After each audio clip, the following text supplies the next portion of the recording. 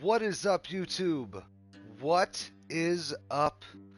808 Tim here, and we are back with Chapter 2 in our series, The Life and Suffering of Sir Brante.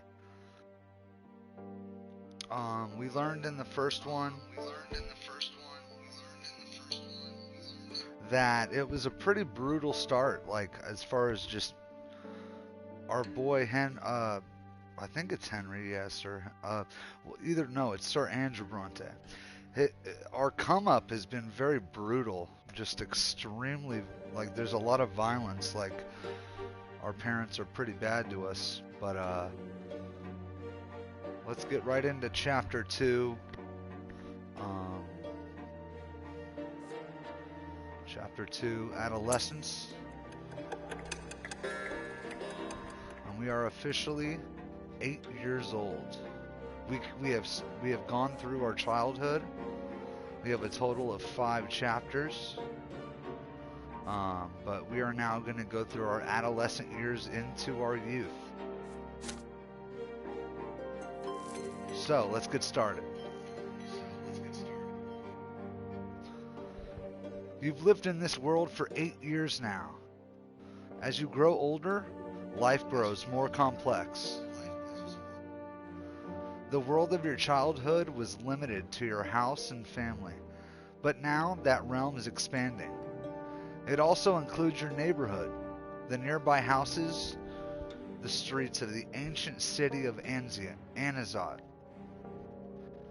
A question now looms over you, growing more pressing with each passing year. What will your place be in this vast outside world? Few people in the blessed Archnean Empire trouble themselves with this question. It's not within a man or woman's power to choose. Their destiny is predetermined by their birth and those who bore them. And yet, your peculiar birth has granted you a choice. Your father is a man of nobility and a worthy example in matters of duty and honor. Your mother is a commoner, of lowly estate, humility and patience made flesh. And your skies ablaze day and night with the light of the shining pillar, the beacon of the clergy. Your back bears the mark of the lash. Will you accept the drudgery and suffering that is the lot of the lowborn for your entire life? Or will you follow in the footsteps of your father and your father's father, and fight for the right to serve the empire as a noble of the mantle? Perhaps you will follow the twin gods' word and offer spiritual guidance to others. Ooh. I kind of like the twin gods' word, offering spiritual guidance. I certainly don't want to do the first one. The answer lies out there in that vast, terrifying world. What awaits you beyond the walls of your home?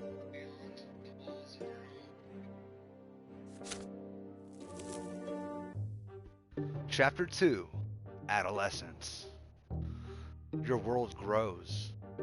The neighborhood, the houses nearby, the streets of the ancient city of Anazat.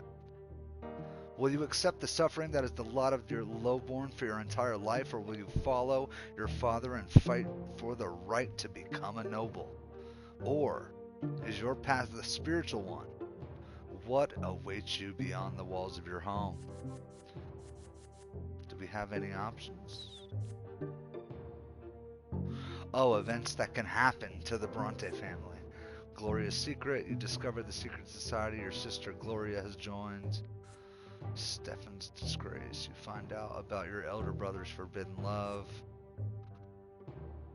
You join the blood tie. That's a blood ritual. Ugh. No, no, no.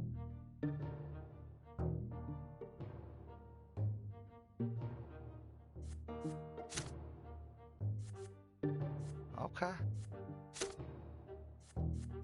Your personal qualities at this age, they determine which choices you may take. So we are unprincipled in nobility, slow in ingenuity, and spirituality is mundane. Willpower 0, but we're ready for action, and deaths we are untouched.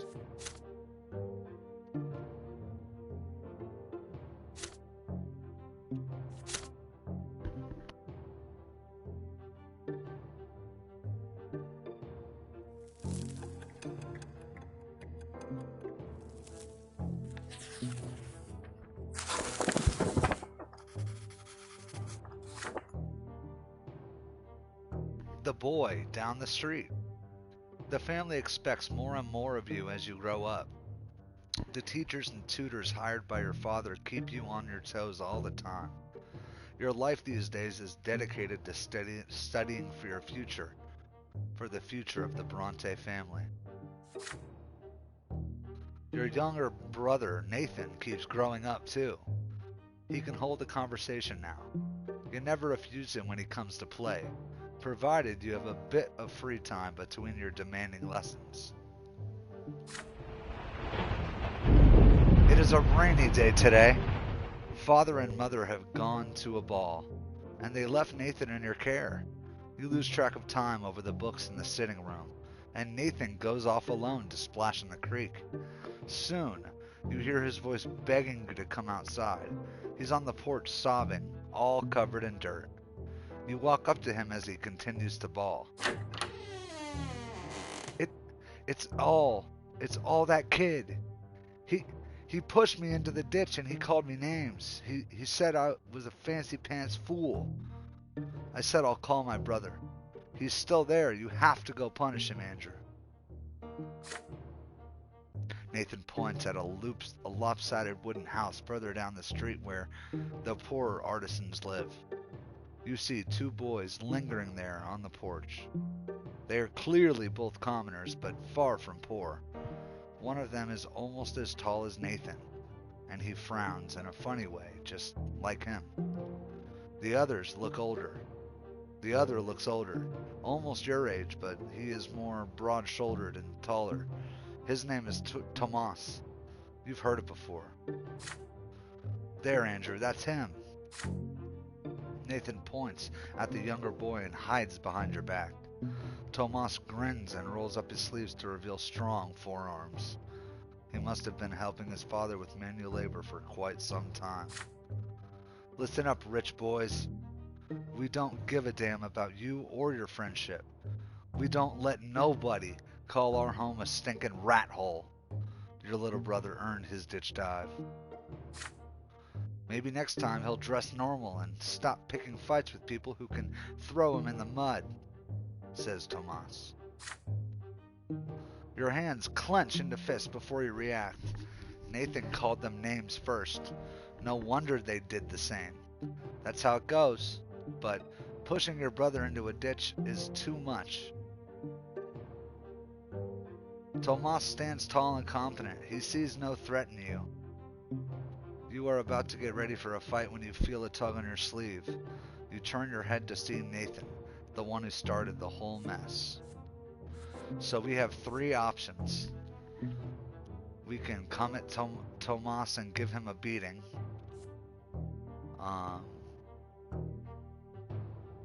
Say your brother's to blame. Or resolve it peacefully. We may not avoid the fight either way, though.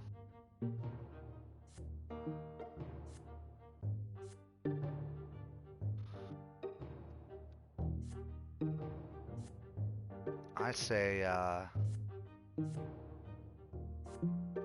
we don't have the ability to, listen to our brother. Because we have to be, Nathan has to be grateful he's not. So we need, I feel like we should try to resolve it peacefully.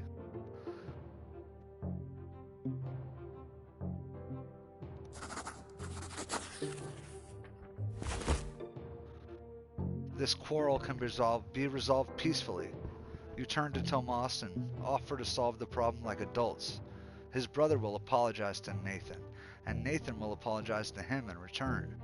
There is no need to fight anymore, and you will give Nathan a piece of your mind when you get home. You and Tomas are all growing up, and should act your age, you say. The blood rushes to Tomas's face when he hears this. Act our age, you say? Are you calling me a baby? You better shut your trap. This is all he says before he attacks. You barely dodge a fist flying at your face. You start trading blows, huffing and puffing with rage. The younger brothers gawk in the awe at the sight. Tomas does not resort to any fancy moves, but dirty tricks or stupid taunts. He displays nothing but skill earned in many a street fights, and his heavy fists aim for your head. You keep dodging him again and again, trying to reach him. He takes a couple of glancing blows, but easily shakes them off. What a bruiser. You start swinging your fist with greater and greater fury. Your heart is pounding like a hammer. You see nothing but the foe in front of you. How much longer will this take? You're worn out. Your breath grows ragged and your muscles grow heavy. But there's no way you can give up now. Nathan's watching you. Desperate and out of options, you swing and punch Tomas square in the nose, then immediately let his fist smack you in the temple. The blow rings through your head like a bell and blinds you for a moment. The world swims before your eyes. You clutch at your head to get your bearings. Tomas is standing right in front of you, blood dripping from his nose. You no longer want to fight it out, and it seems your opponent would rather end it too. But you keep standing there, eyeing each other angrily. Then suddenly, you hear an angry shout right next to you. An enraged man in a craftsman apron is shaking his fist. Tomas's face contorts in terror right away. It's my father. Run! The punishment for fighting is flogging, and the mere prospect of that makes you run like the wind. Tomas sprints in front of you.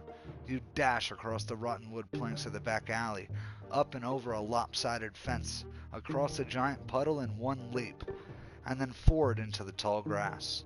You hide there and stay quiet. You hear no sounds of pursuit. You exchange glances with Tomas and start laughing. His laughter is loud and infectious, but soon he cuts it short and grows sadder. I'm gonna get flogged anyway. My dad's always quick to give me a beating. And then he'll start nagging me about the lots and the prayers for days like he always does. Why do I always get myself mixed up in this stuff? But fighting's the only way to prove you're worth anything, right? Nah, not really. The adults didn't see you fighting. Tell them. So all you have to do now is convince them you weren't. Nosebleeds happen, right? Mother gets nosebleeds all the time. What? That's bad. So he beats his wife. It may be hard to convince him, to be honest with you. So the adults didn't see us fight, so you can tell them. Well, we could try it. Let's hope our little brothers don't tell on us. I'll talk to mine, and there's a scratch on your head. Don't let them see it. Good thing I didn't hit you in the face. They're good as new. You assure him that Nathan will never tell, and in return, you'll make sure he behaves himself so he won't get tossed into a ditch again. With that, you shake hands with Tomas. His handshake is as strong as you would expect based on his fists. You make your way out of the tall grass. You need to leave before Tomas's father goes to your family and complains about you breaking your lot. Because seriously, dude, we don't need this. You come to a realization on the way back. You had no idea the place where you were hiding even existed, and it wasn't too far from home.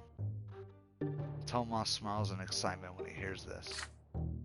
Oh, I know lots of places like that. I'll tell you what, if we get out of this mess today, I'll show you the way to the old fortress wall. It's the perfect place to build your own fort. I dragged a bunch of wooden planks there. Too bad it's no fun to build them all alone. My brother never helps. He just gets in the way. You emerge from the muddy back alleys united by a secret only the two of you know.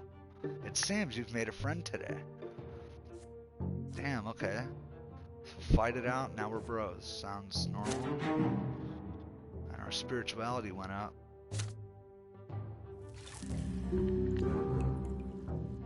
You've made a friend. Year 1126. Met Tomas.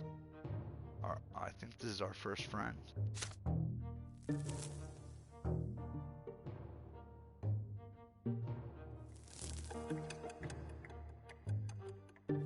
So this is a year later. Riders on the road.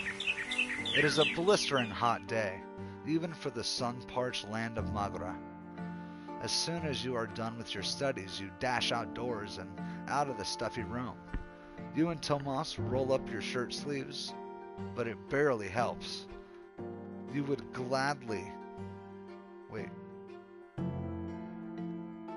You would gladly go shirtless had you only been in the company of other boys. But there are 3 girls in the yard today. They are doing the laundry in the big wash tub, whispering and giggling. If you could, you would gladly keep watching one of them at work. The hell? She has big eyes of deep blue. Her dark hair is braided, and her plain gray dress is mended and patched all over. Her name is Sophia. She throws her head back a little when she laughs. The rays of the sun are reflected in her eyes. You, Tomas, and the other boys keep telling silly stories, anything to make her laugh.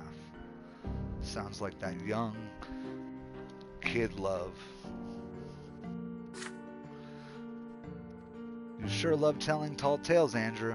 Oh, I remember this one time. But then Sophia hears a voice calling her home.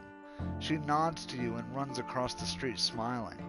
Her light steps carry her forward, but her eyes are looking elsewhere. But then a stone on the road catches her foot. She stumbles and falls flat into the dust. The streets start shaking from the thundering of hooves. Riders appear on the road from around the corner. They bear a coat of arms you recognize right away. A sable serpent blade upon a field of vert. It symbolizes the Melundius dynasty, the family of your province's archduke. The horses dash forward. A lost wooden toy on the road cracks under their hooves. They will not slow down. They are the nobles, and the rest must make way for them. Sophia is in their way, just now starting to get back on her feet. Her mother's crying for her desperately from behind the fence door. You freeze in terror. The riders surely see the girl. Are they going to stop? Or are they going to trample her? In only a few moments, the beautiful girl will be toppled, trampled, and crushed.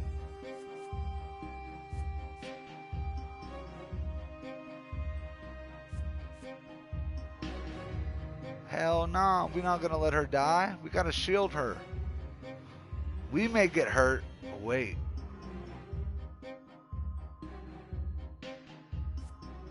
Wait.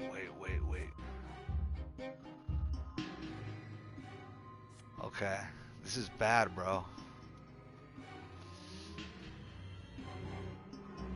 Here's the deal, though. I opened the consequences because I'm not sure. But if we save her, we die. We save her, we die. We can get reincarnated, I think. Oh, man.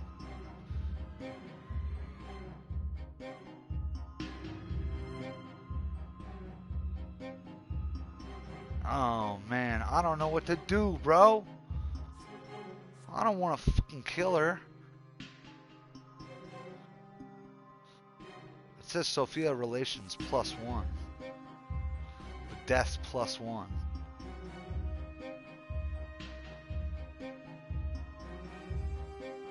Here's my thing, though. If we die, do we start all the way over?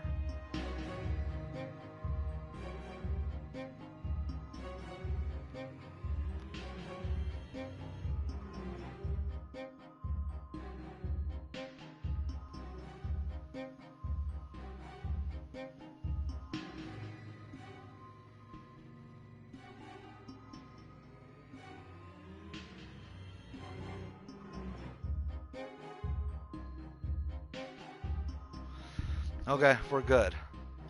We're good, we're good, we're good. We're gonna shield her and we're gonna risk our life for her. So, let's shield Sophia from the horses. You throw yourself blindly into the road, swinging your arms wildly, dazed by the sound of the thundering hooves. You can see nothing in the dust. For a brief moment, the horses slow down, just long enough for Sophia to get back on her feet and flee to the roadside. But then, the riders dig their spurs in. Dozens of hooves knock you off your feet and roll across your body. Your bones crack, break, and crumble. Your ears are ripped apart by the thundering rhythm of the ride. Your innards are pulverized. The last thing you remember is the sound of your own skull caving in. Holy shit, boys. That's brutal. Absolutely brutal. Okay. Our first death. You fall into a pain that embraces you like a soft feather bed. You feel light, free. There are no restraints, just a warm glow that envelops you in its secure embrace. The waves carry you. Their touch is soft. They delicately enshroud what was once your body. It is a feeling unlike anything you have ever experienced before. Something absolute and complete. You touch something greater. The reason behind everything. The reason for your very existence. You were sculpted from this light. It was the first thing you ever felt. Boundless and sincere unity of the diverse. Your beginning was a spark that cast this light in all directions, and now you are here again, one with the beginning of everything. The light gleaming from you resembles the light of the shining pillar. You still see it, in the north as always. The waves of light carry you to two figures. The elder is nearest. He is ready to accept you. He is quite quiet, wise, kind and pure. The younger waits further back. You do not know what he is yet. The waves pause at the elder's feet. He leans over you and plants a feather-like kiss on your forehead. The kiss spreads all over you. You are filled with unparalleled delight and bliss. You exist. You are unique. There is no one else like you. They know this, and they love you. You will never be alone. You are part of them, and a part of your family, a part of this universe. The twin gods will never leave you. They watch over you constantly. The elder softly touches you as you lie spread out amongst the waves, sending you further down the torrent of light. You float on to the top of the silver tree's spreading crown. The closer you get to the silver tree, the heavier you become. The waves draw you down along its trunk, but you do not wish to part with the warmth and the softness, with the love. You turn around. The elder is still watching you. He nods. All is as it should be. Go. Your time has not come. Your time has not yet. Oops. The time has. Oh, there we go. Wait. You turn around. The elder is still watching you. He nods. All is as it should be. Go. Your time has not yet come. You must return to the world now. As you tumble down towards your body, you comprehend the true meaning of your lesser death and the divine love that has been revealed to you. Love exists not only in the hereafter, it is present in the entire design of the twins that is the origin of all life in this world. What is the manifestation of this love in your mortal life? Aha, okay, so this one's By creating the Empire, the twin gods cared for all living creatures. The Empire is the only thing that gives us a place in this world and a connection to others, and is an enormous family made for the people, for people by the gods.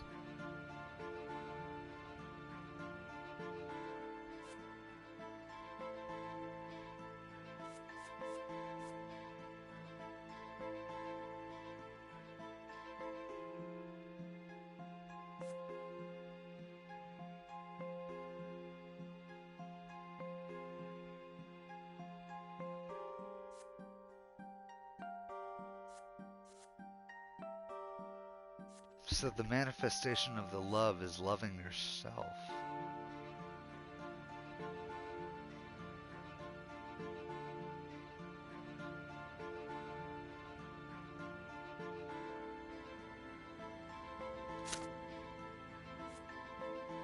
A sudden comprehension of the love with which the entire world is imbued illuminates your mind, but then it fades away and vanishes. You regain the sensation of your flesh, and it is heavy and unwieldy. It lacks that lightness, that light. It is a burden. It is smothering you. You gasp for air, your chest expands painfully. You feel as though your lungs are about to burst. The stagnant odor of the crypt fills them, revolting but so real. You are back.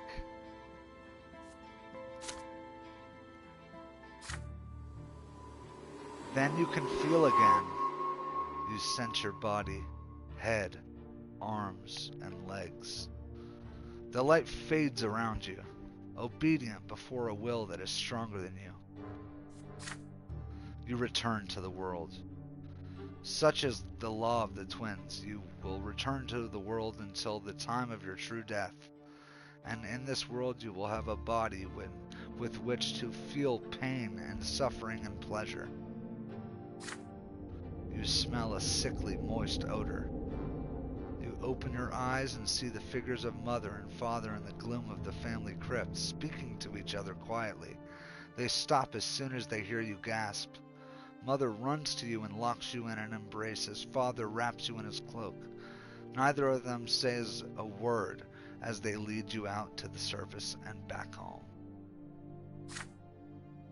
You've met a terrible end, my son. You were trampled by those horses. Don't be so careless ever again. The lives you were granted by the twin gods are not to be wasted so recklessly. You would be punished for this, but the twins have already meted out their punishment. Okay. You tremble, your steps unsteady as you learn how to move again. Your body is eerily smooth, fresh, and renewed. Even the recent scars and scratches are all gone, but there is something new on it. A fresh black mark, a reminder of your lesser death beneath those hooves. Remember that, by the twins' mercy, we are all given enough time in this world. Should you die before your time, you will be brought back by their grace. For 3 times they will rescue you from a terrible fate. But the 4th death is true and final for all. Okay, so we have 3 more times. Every loss of a life we were granted at our birth is a heavy blow to us, but God's told us not to mourn a lesser death. And so, we will humbly accept this and move on. See? Your body's been reborn anew, with all your wounds healed. Do not mourn your loss of life, my son, but thank the twin gods for their justice. Do not speak of this, and do not ever play by the road again if you wish to keep on living. You cautiously go back outside the next day. Children from the neighborhood surround you. They all saw you get trampled, and now they all ask you the same question. What was it like to die? Tomas rescues you from the pestering. He pushes the motley crew aside, hugs you, and pats you on the back. Look at you, buddy. You gave an entire life to keep a girl safe. Then you see Sophia. She's standing nearby, shyly working up the courage to walk over to you. Soon, she finally approaches you and begins speaking rapidly. Andrew, why did you throw yourself in front of those horses? My life isn't worth any more than yours. So why did you think that you weren't supposed to die there? It was all those riders' fault. They deserve to die, not you. Her voice rises to a shriek. She suddenly stops and runs back home. You stay where you are, watching her run, the golden rays of sun dancing in her braided hair.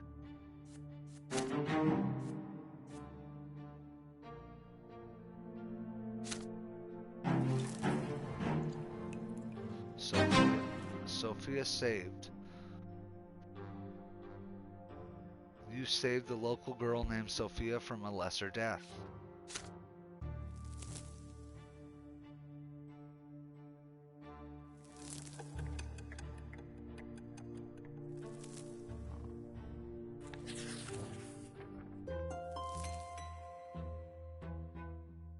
Sophia disappeared after the terrible incident with the horses. Her friends gossiped that her parents sent her off to serve a rich noble dynasty. You haven't seen each other since that day, but you still remember Sophia's eyes, the sunlight shining in them. But no matter what, life goes on. You are 10 years old now. Your studies continue, and you are learning more about the land you live in. Anazat is an ancient city in an imperial province by the name of Magra. All soil in Magra was turned to ash eons ago, scorched by magic and during the rebellion of Duke Char Melanidas. Yeah. The magical arts are all but gone now, but the scorched earth has remained barren and infertile ever since. Since then, the entire province has lain barren, tormented by cold and scorching winds in equal measure, with few precious plants taking root on their own. All fertile land in Magra is bought elsewhere and brought here by an endless caravan of carts and carriages. To pay for food and soil, the cities of Magra become skilled in many, many trades, primarily mining and digging for metals and stone. Last fall, there was an explosion just outside the city, followed by clouds of thick smoke. The first such incident frightened the citizens, but then explosions and smoke became an everyday occurrence. Soon, everyone grew used to it. Father explains that the miners are using a new invention called gunpowder. It makes it easier for them to reach the precious stones and metals buried deep within the earth. Then one day, a thunderous explosion rocks the city, and black billowing smoke covers the houses. People are stuck in their homes, all windows tightly shut. The air is impossible to breathe. Nathan coughs all the time. Gloria and you cough only when no one's watching. If Mother hears it, she'll make you inhale those hot herbal vapors just like Nathan. Dude, these parents are evil back then, bro. It takes 2 days for the black smoke to disperse. People pour out onto the streets to meet their friends. Tomas is eager to share everything he knows about this incident with you. They took lots of burnt up people to the city temple. Mom told me. She was helping the healers. There are many rumors. Some claim it was the work of the beast, stirred from its slumber, while others say it's the surviving witches that continue to threaten the order in the empire with their accursed powers. But as for you, you patiently wait for Father to come back home, and then you'll ask him about it. Father spends day and night working at the prefecture, while Mother spends all her time in prayer. It takes a full week for Father to finally come home, and he's almost completely spent. You muster enough courage during dinner to ask him what happened outside the city. Father raises his head, his face a bleak, weary mask, and starts muttering his proclamation. It's almost as if he doesn't see you. It's the mine outside the city. They were trying to get a vein of ore. There was an explosion. The mine caved in, and the black smoke started flowing. Many workers died there. It was all because Count El Vasco, who owns the mines, wanted them to start mining that vein before they were ready. Some of the workers weren't even reborn. Perhaps the twins thought their final time had come. The prefecture had been inundated with the complaints from families that have lost their breadwinners asking the judges for help. Many people also lost their cattle to the black smoke. Count El Vasco blames gunpowder for the disaster. The prefecture and newspapers just repeat whatever he says, but it's plain old greed and tyranny of the noblemen that are to blame. Why the welfare of our province is always paid for with commoner lives. Then without warning he grows silent again. You keep thinking about it for days. Can a human life really end so easily? A single moment of bad luck and you die, only to re-emerge from the temple or family crypt with a new black mark on your arm? Or worse, you remain where you fell, dead, never to be reborn again. Ever.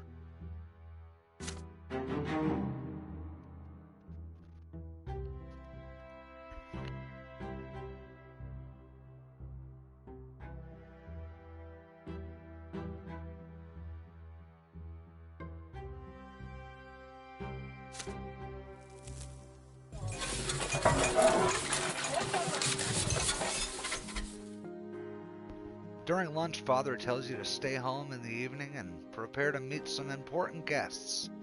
Your elder brother Stefan will return home by dinner tonight. Joining him will be your grandfather, Gregor Brante, as well as a noble friend of the family. You're excited about your brother's return. It has been years since you last saw him. How has he changed during these years away from home? You and your father await the guests anxiously. The doorbell rings. 3 people are standing outside.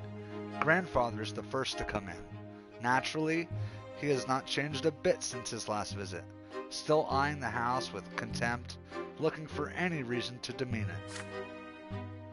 Grandfather is followed by a stately young man dressed in a jacket embroidered in silver whom you barely recognize as your brother. Stefan casts a glance at your threadbare clothes, your dirty fingernails, and smirks. The last to enter the house is a personable gentleman with a worn-out, wrinkled face. You have heard a lot about this man from father and grandfather. He is Baron Augustin Elborn, Stefan's uncle, a family friend, and the province's prefect, which means that he is the head of judge and thus father's superior. Sir Elborn smiles lightly and offers you his hand. And this must be your younger son, Andrew. Yes? You have your father's eyes, young man. Father bows slightly to grandfather and Sir Elborn, but there is a moment of quiet when Stefan's turn comes. Father reaches out to him awkwardly, expecting an embrace. There is a question in Stefan's eyes as he looks at grandfather. The old man shakes his head almost imperceptibly.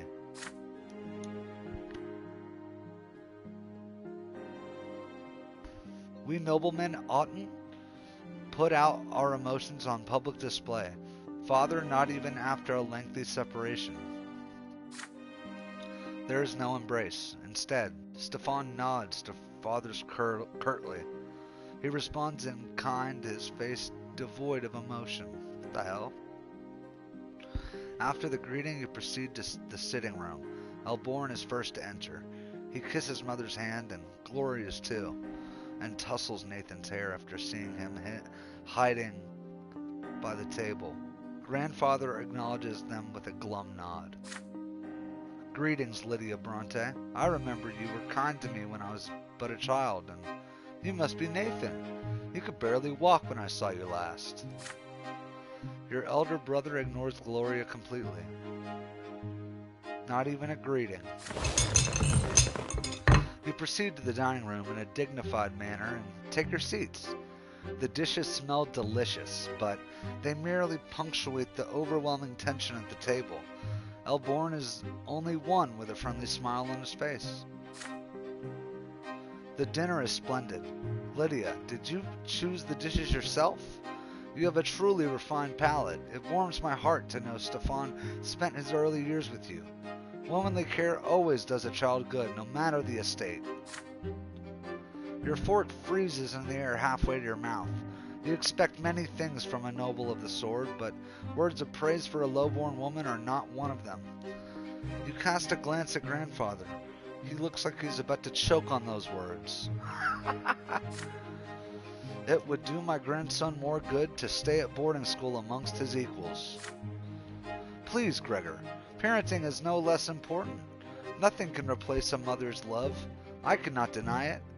It saddens me greatly that my late sister could not be here to raise Stefan, but there was still a family for him, and he was surrounded by love. How could that be bad?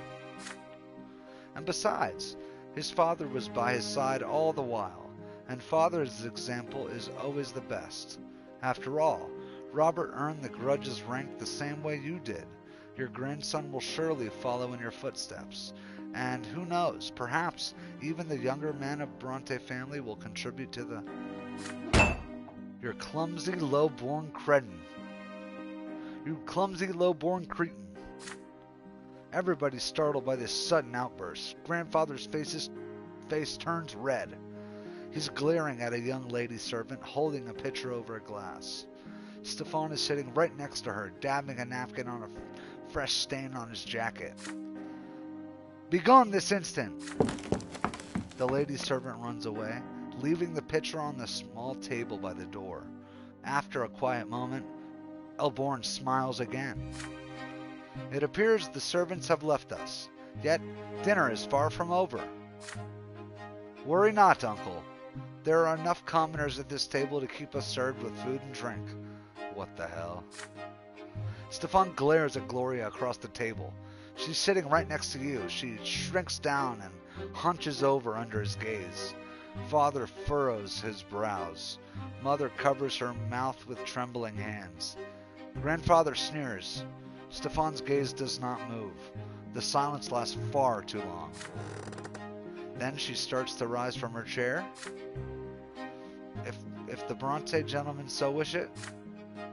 Your hands clench into fists under the table. How can he bring himself to humiliate his own family, his own mother and sister like this? It is all grandfather's doing. Stefan could not even bring himself to embrace father without his permission. And yet, they are noblemen. They have the right to act this way. If there is any way this dinner can become even more unbearable, you do not want to see it. Oh. So we can insult him. We don't want bad blood with our brother, though.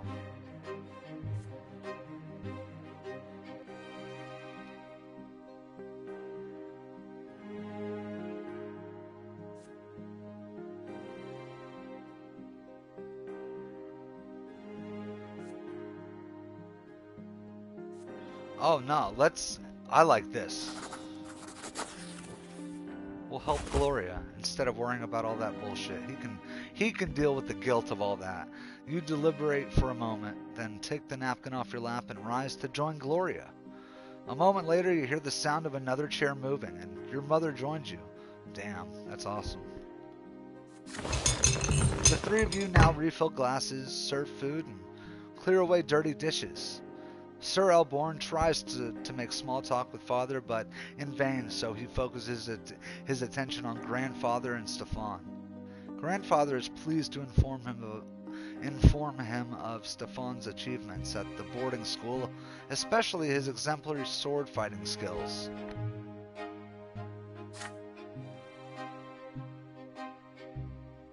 He constantly stresses the importance of your elder brother for the future of the family. You listen to him dispassionately as you continue serving new dishes to the table. As you wait at the nobleman's table, you, your sister, and mother never bump into each other. Your labor is impeccable. Grandfather could not have found fault with it even if he tried. Your shoulders are back are aching, but being a manservant inside your own house hurts even more. When the guests finally leave, Mother and Gloria embrace you with relief. You did not neglect your relatives and shared their humiliation, and the composure that you have shown gave you new strength. Awesome. So Gloria, willpower's up. Okay, so we have 10 willpower. Good stuff.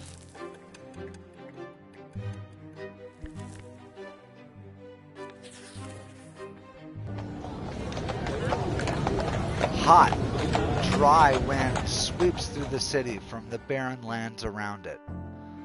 The noble residents of Anazat prefer to remain in their chambers, while the commoners huddle in the tents or in the shade of the silver tree. You are on an errand right now. Your father wrote a letter to a noble acquaintance, and you are going to deliver it. Tomas, the boy down the street, is tagging along. The two of you are inseparable now. This is called a dropped handkerchief. The errand is an easy one, so you decide to take this opportunity to loiter around the part of Anazat where the nobles live. So here you are, in the middle of the city square, in the middle of the city square, resting on the ancient brickwork by the old fountain in the merciful shade of the gargantuan silver tree. Tomas is by your side, lazily slouching on the edge of the fountain's basin. It's a hard life for commoners like you and me. Either you break your back in a workshop day and night, hoping someone will buy your goods someday, or you become a manservant to some noble. You never get a chance to enjoy life. This is our lot, you remind him. We work and endure and suffer. But Tomas waves your words away. Yeah, I know all that already. Mother keeps you drilling that stuff into me, but we must be humble. Our strength is patience and persistence. So yeah, I say, but I want to make my fortune no matter what. So how ain't that living by my lot, I ask you? But the lots, they ain't easy. Let's take you, for example, Brante. Your father's a nobleman, but even if that didn't make you one, just look at your hands. You never had to work as hard as me, but we have the same lot, so we're supposed to suffer the same. Or look at your father. He's a judge. He toils at the prefecture day and night doing his judging, and he's a noble? I've never seen an Archnean work as hard as he does. You shrug. The Archneans are a different race. The books say they weren't born to rule over humans. They are never commoners, always nobles of the sword by birth. They founded the empire after subduing all the human kingdoms on the continent. Humans will never be their equals. Archneans are always better, smarter, stronger, and their skin is a noble shade of blue. If the books are to be believed, of course, you have never seen one yourself. Your idle chatter is suddenly interrupted by a rugged-looking guardsman dressed in black and green.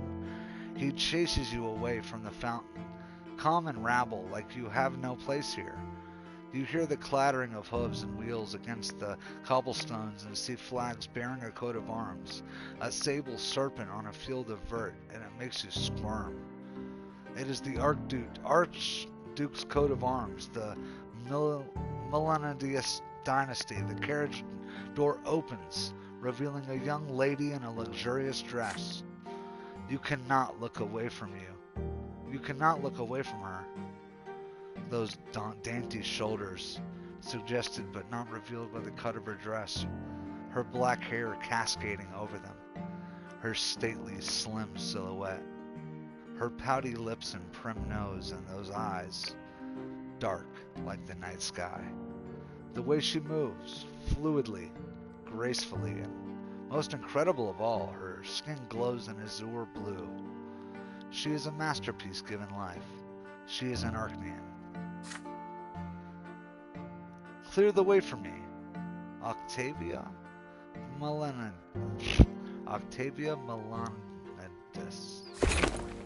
The Melanidis guardsmen work quickly to clear the way to the fountain for the Archnean lady. The searing sun dances on her skin in bizarre patterns. With one elegant motion, she reveals a handkerchief, then leans over the basin and wipes her head and neck with its cool water. Well, I'll be. That's Octavius Melanidis, our Archduke's own daughter. The Archnean turns away and proceeds to gracefully back to her carriage. You see something slip out of her hand and fall onto the cobblestones right next to you. Her handkerchief. It is right there by your feet. Intricate craftsmanship, expensive woven fabric, delicately decorated with emerald filigree. Your heart skips a beat. Will you dare draw the beautiful Archnean's attention in order to return her lost possession? Or would you rather not attempt to cross the chasm between you and her? Matters of the heart.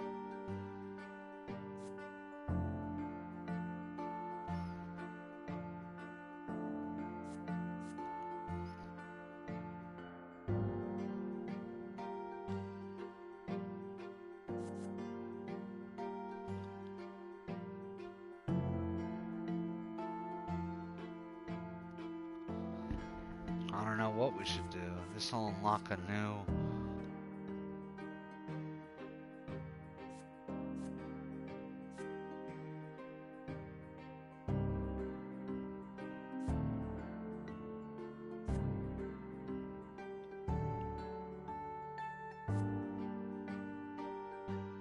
See, my thing is if we try to sell it, it's like, that's like a trophy and they might not take it.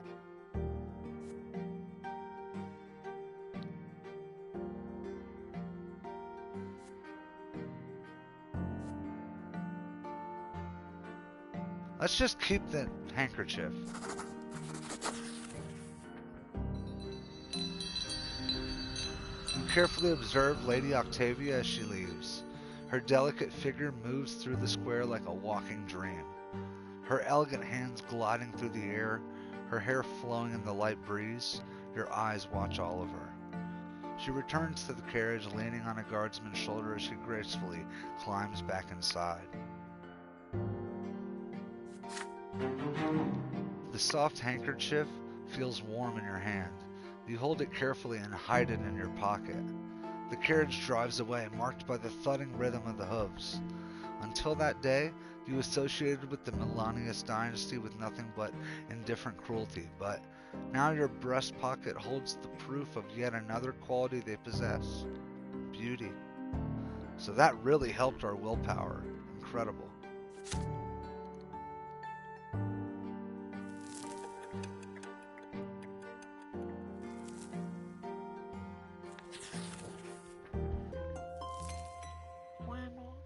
Year 1130, spring.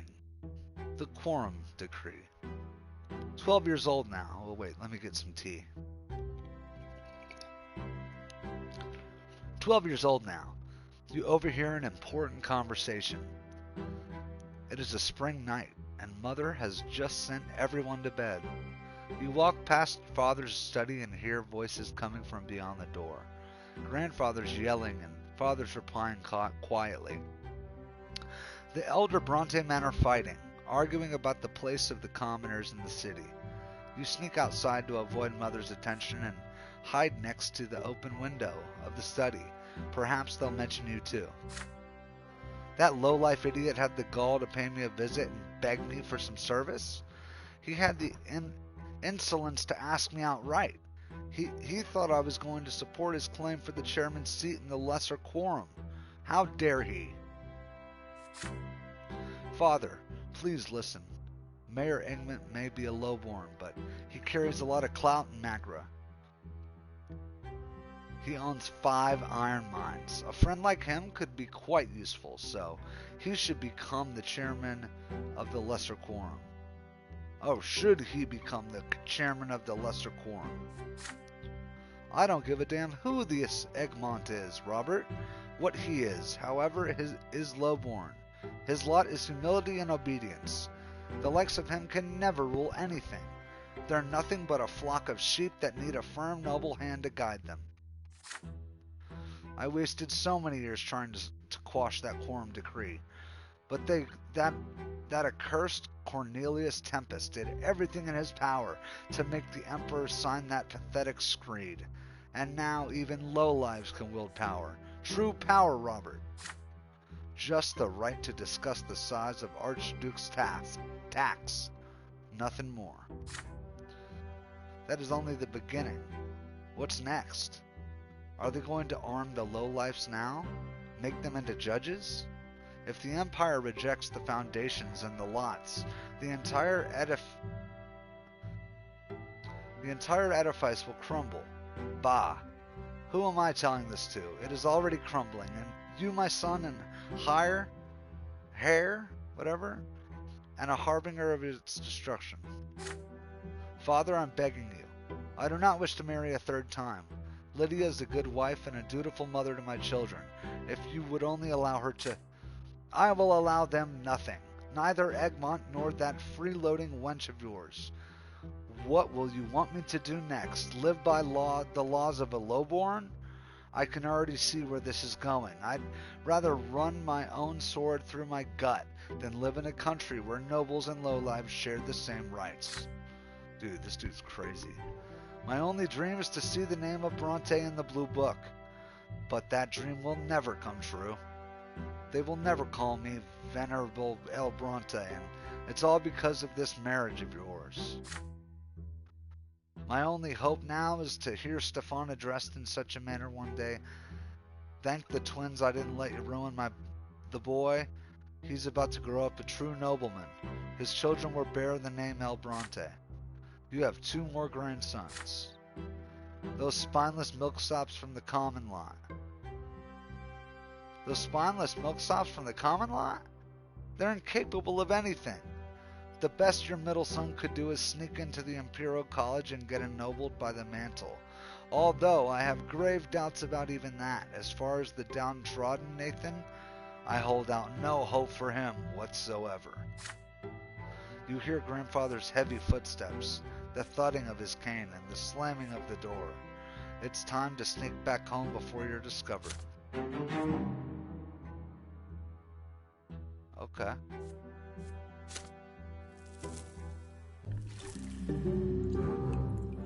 You started okay, so we're at school now.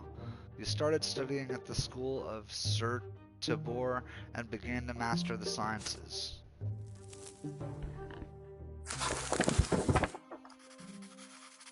Finally, the day comes when the teachers stop coming to the house. But before you can breathe a sigh of relief and put away the books, Father asks you to come to his study. You've grown, my son. It's time for you to continue your education away from home. I've chosen a deserving school for you, Sir Tabor's School for the Children of Noblemen and Well-Off Commoners. Naturally, it is not a boarding school for nobles, so you will study there during the day and come home in the evening. You share the news with your best friend Tomas. Sir Tabor School, eh? Yeah, I gotta ask my parents to send me there too as soon as they get the coins together. Father says his workshop has toiled day and night for years to save up for my education. The school is based in an ancient estate of Archnean design. The classrooms are tall and spacious with massive benches. The sounds of scraping quills and lectures on history and imperial law and theology echo under the vaulted ceilings. The rules are strict, the lessons tiring. Restless Tomas keeps getting distracted, and several times he gets his hand slapped with a stick for it. Every teacher demands flawless mastery of their subject. Every day Father asks you about your studies. You have already told him twice how Magra joined the Empire and how the noble's court of honor is different from the commoner's civil court in the city prefecture. But Father keeps pressuring you to work even harder. It sounds like my dad. When it is time to go to bed, Mother will not let you go to sleep until you recite a newly learned prayers for her. And when it is time to go to school, you promise her every day that you will behave with great humility and steer clear of insolent behavior of any kind, for you still live by the commoner's lot, and that lot is hard work and suffering. Your first month in school draws to a close, and the teachers announce that there will be exams at the end of the month to determine the best and the worst students in each subject. Father insists that you devote all your spare time to studying law and history, if you wish to follow in his footsteps. But when you speak to Mother every day, you start considering theology. You still remember the revelations and divine visions that came to you in your earliest years. You have only one more day until the exam. You have locked yourself away in your room. It is already getting late. Your desk is covered with handwritten notes, surrounded by leather-bound books. Just look at them. Just looking at them makes you queasy, but you have to read through all of them again, at least for one of your subjects. There is a nagging thought on your mind. Tomas ended in big trouble the other day. He got in a fight with several boys who lived next street. They heard about your wooden fortress and got in an outrage by the fortification built by commoners. They swore to dismantle it tonight. Tomas swore he would defend the fortress until the end. Perhaps you should abandon the books to rescue the friend in need? Oh no.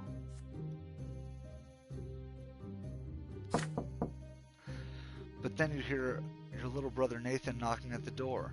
He stands there shyly, not saying a word. How often does that standing still and staying speechless until you either speak first or he runs away? Or he often does that, standing still and staying speechless until either of you speak first or he runs away. But this time he actually says something. The door's locked. Are you okay, Andrew? Is there anything I can do to help? Your head's spinning. This is the last evening before school exam. If you fail, your family will be very disappointed. You have to refresh your memory on law or theology. Either one or the other. But Tomas and your fort are about to be stormed. Why today of all days? You grind your teeth in rage at the thought. Nathan's by the door, trying not to bother you, but he wants to help you the only way he can, for reasons known only to him. Will you accept his help? Okay. So we gotta really think about this. We can focus on law and history. Go help Tomas.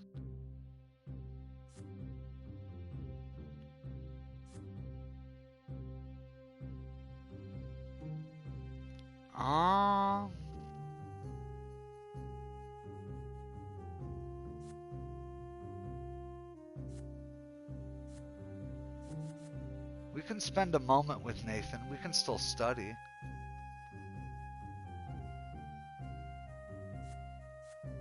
I mean...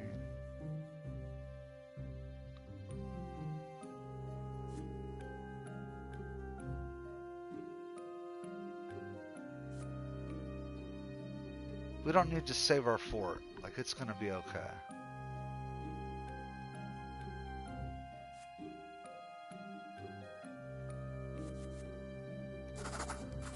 We'll chill with Nathan for a sec.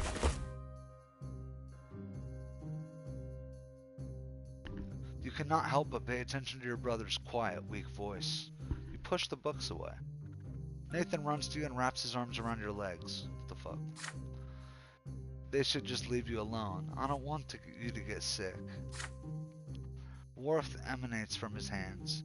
You feel the burden of the responsibilities thrust upon you fall from your shoulders. At last you realize something. You can make your own decisions rather than submitting to the will of others. You laugh at this realization and feel a new spring in your step. Nathan laughs with joy, and when he feels this, he takes his hand and pulls you outside. You've studied enough. You spend the rest of the evening playing with your little brother, teaching him how to build the watchtower out of wooden plank sticks and old rags behind the house. Nathan's success in construction leaves much to be desired, unlike his skill in covering himself with mud. Still, He is absolutely overjoyed. The morning comes. You barely have time to wake up before you are walking to the menacing edifice of the school. The entire day is a constant flow of questions demanding answers. You give satisfactory responses on law and history, although you are somewhat confused by the many technicalities and chronological orders. Your knowledge of the interpretations of the lots leave much to be desired. Of course, they're dissatisfied with my performance. You know you could have worked harder. Still, you believe yesterday was not a waste. Good. Look at our willpower, dude. Our willpower is extremely good.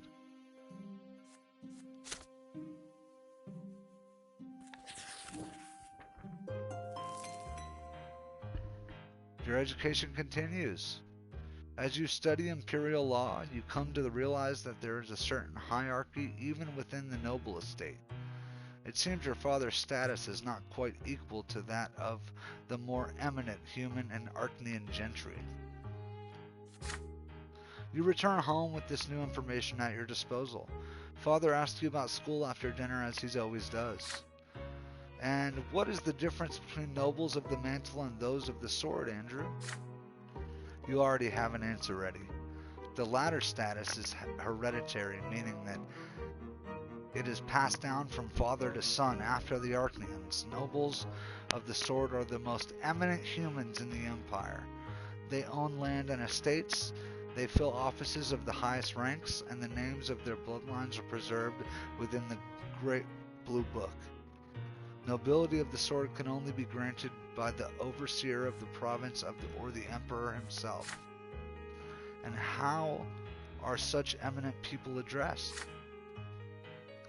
With the honorific L before their last name? He responds, Sir Augustin Elborn, for example. Okay, father's pleased.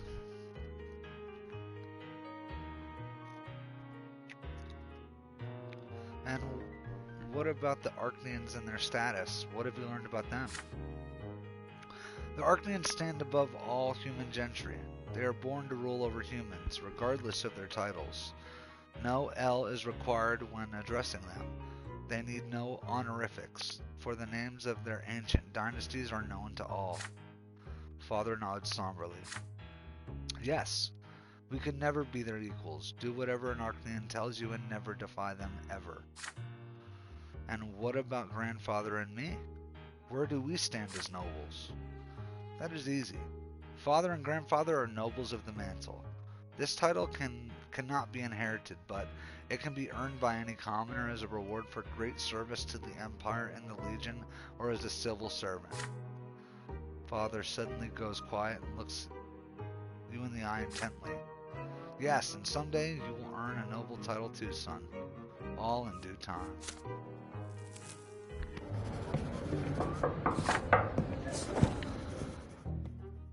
Sons of the nobility.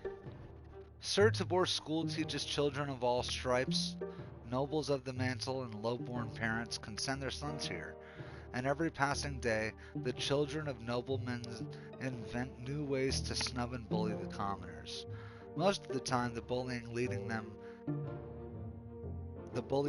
is Diederik, the son of the secretary for the imperial chancellery and a self-important slob.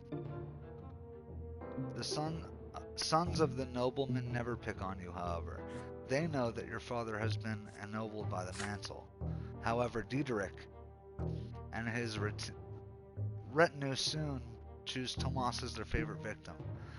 Time and time again, you ask your friend not to pay them any mind, but again and again, Tomas grows angry and snaps at their self-satisfied mockery. It is early morning. The students are busy flocking to the classroom for their next lesson. You wave Tomas over when you see him. He waves back at you, and then a bucket full of slop splashes on him. Needless to say, it's the work of Diederik and his entourage. You hear his familiar creaky laughter. The tailor's son stinks. How dare he sit next to decent folk? Tomas clenches his fists. You're dead, Dietrich. Oh shit. He throws himself at Dietrich's howdy entourage like a soldier ready to wage war. He attacks them first. This is just what they expected, and they are free to retaliate. He barely makes one movement before 4 pairs of hands grab him at once. Dietrich snares and kicks your friend in the belly. Tomas gasps for air and starts coughing. You stand between them as Dietrich readies another kick. The nobleman's son cocks an eyebrow. Why do you mingle with commoners? He asks. Your father is a noble of the mantle. You ought to be friends with your own kind, your equals, not the dirt beneath your feet. Behind him, 4 boys hold Tomas down as he struggles furiously. The other students are watching you, frozen in fear. Dietrich haughtily extends a hand to you. He clearly expects you to shake it. What will you do?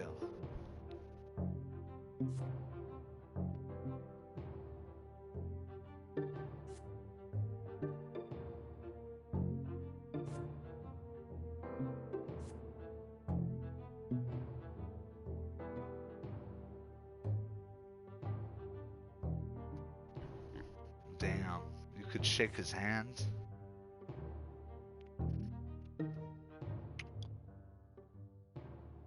But my dad does want us to become a noble. Reputation goes up. But me and Tomas are inseparable, so why would I don't want to, like...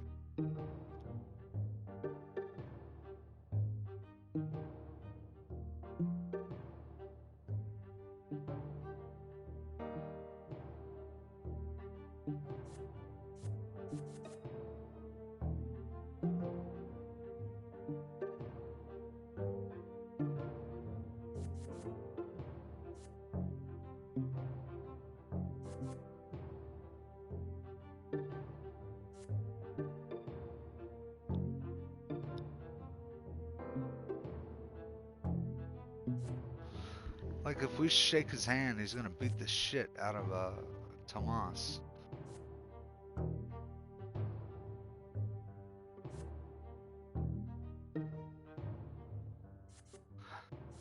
Can benefit our whole family, though.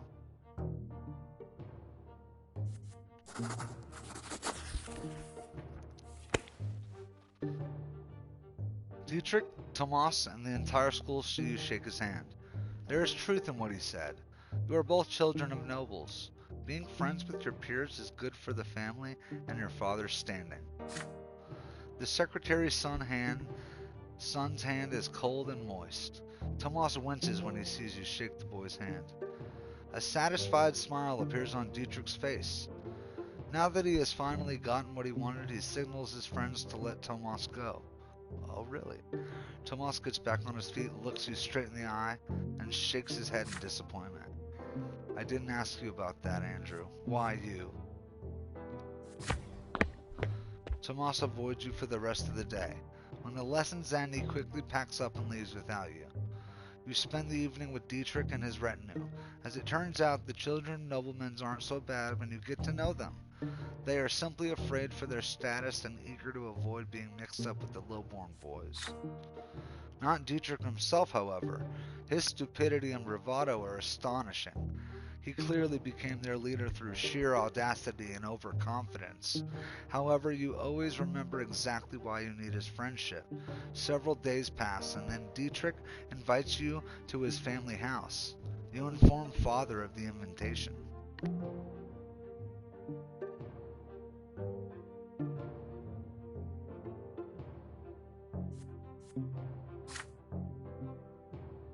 You have made friends with the city hall secretary's son? This may bode well for our family. Well done. I will accompany you there.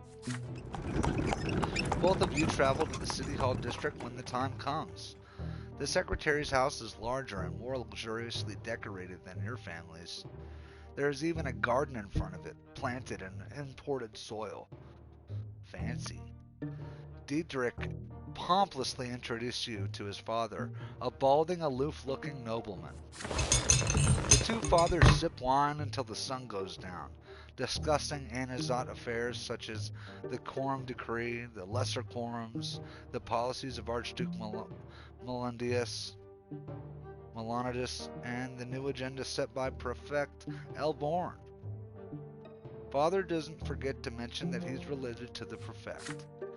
The two fathers part on good terms. They agree to invite each other to dinners and aid each other in work-related matters. You take the carriage back home. Father tussles your hair tipsily. What the fuck? This is a very good connection for our family. I'll tell your grandfather how you helped me set it up. You did very well, Andrew. Sir Gregor will certainly appreciate this. Okay, we might have definitely made the right call. In turn, you share a thought that has been weighing heavily on you. In order to make this acquaintance, you had to ignore your best friend Tomas for the better part of a week. What should you do now? Maybe you should apologize to him first. If you are truly good friends, your friendship will survive this trial. Okay, I like that. The next day you catch up to Tomas after school. Naturally, he would rather hurry ahead instead of talking to you. You have to keep up with him while talking, which is quite difficult. There's no reason to be angry anymore. You plead with Tomas. Those noblemen's sons have settled down. They'll never bully him again. You tell him how your father's turned his fleeting acquaintance into a useful connection. You reassure Tomas that he will always be your best friend, not Diederik. He's nasty and stupid and only wants the other boys to praise him. Tomas stops when he hears you say that. He turns to you, the familiar smile beaming on his face once again. Now that's interesting, Brante. So you've learned his weak spots, eh? Keep talking, and I'll see if I should forgive you. You tell Tomas. Okay, good, so we're back. +1. Or no, that's Robert. You tell Tomas about all about the week you spent with Diederik. Soon the two of you are making up new names for the bullies based on what you've learned, laughing together again. His resentment soon disappears and he stops avoiding you.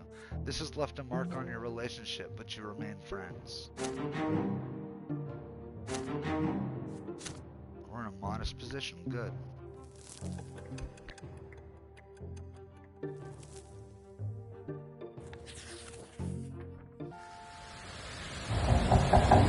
The Silver Tree. Your theology teachers tell you more about Anazat. It is more than just the provincial capital. It is also a sacred place blessed by the gods.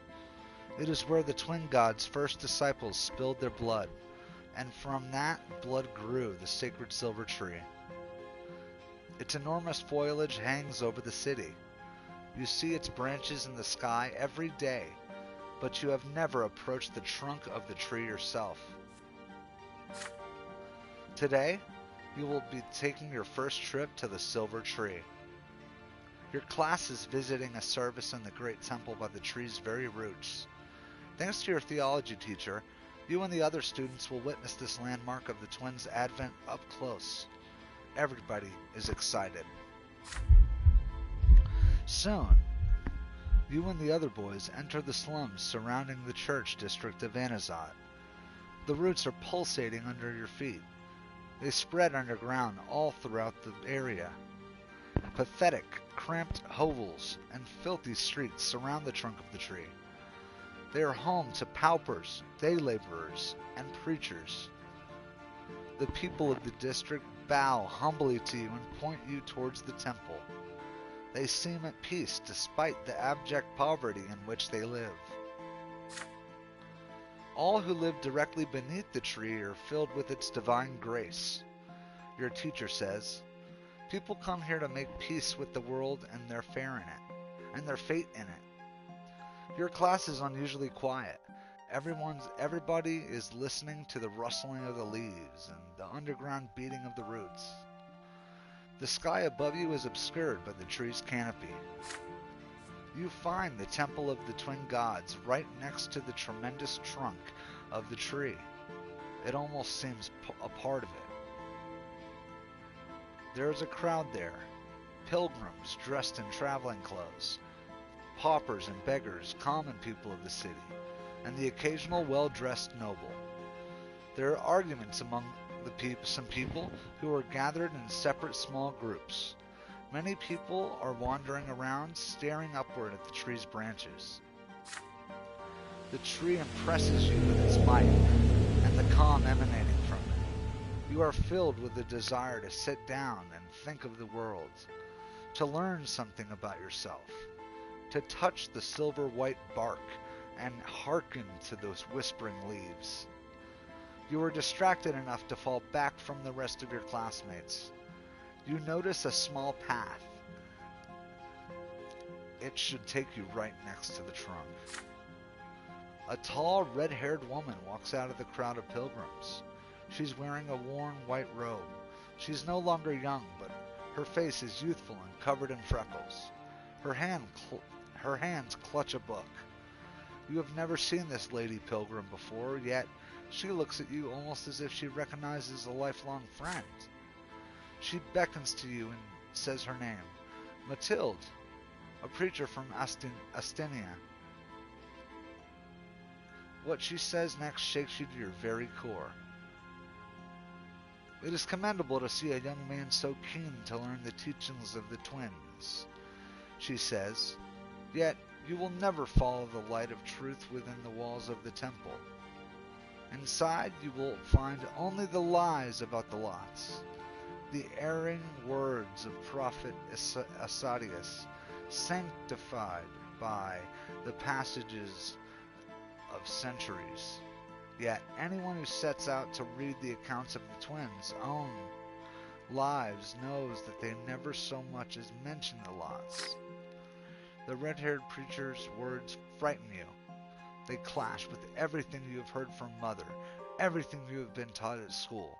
The lots are a lie. You freeze in fear. Should you argue with Mathilde or ask her for more information? Or should you treat her as a mad woman and catch up with your classmates? You suddenly feel a small warm hand grasp your own. You see a girl right next to you. She is just a little older than you, wearing a black dress, threadbare yet almost spotless. Her hair is covered by a handkerchief with only a single golden lock showing. Her brown eyes are burning with rage, her hand pulling you away from the red-haired preacher. You stare in confusion at the strange young girl, your cheeks flushed by the sudden touch. There is just a bit of color on her cheeks too, but then she starts speaking to you quickly. Jeanne.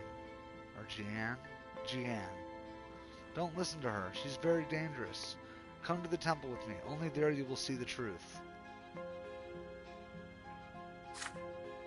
You stand there, surrounded by the crowd of praying pilgrims and the sounds of shuffling feet, torn between two people you have never seen before, and each of them accepts you to follow her. But all the while you hear the whispering of the wind in the tree's branches. The branches reach out to you, almost as if the tree wishes to speak to you itself. Can you hear its voice? So we can follow the girl into the temple.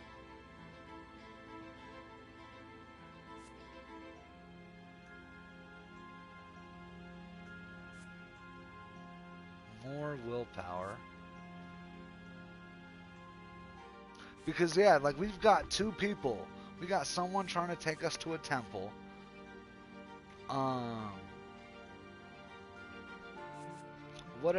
But the tree, it knows more than any human. So maybe I just approach the tree myself. Disregard the red-haired pilgrim. Disregard the girl in the temple. Take my own journey. Yeah. That's what I'm doing. The tree is beautiful.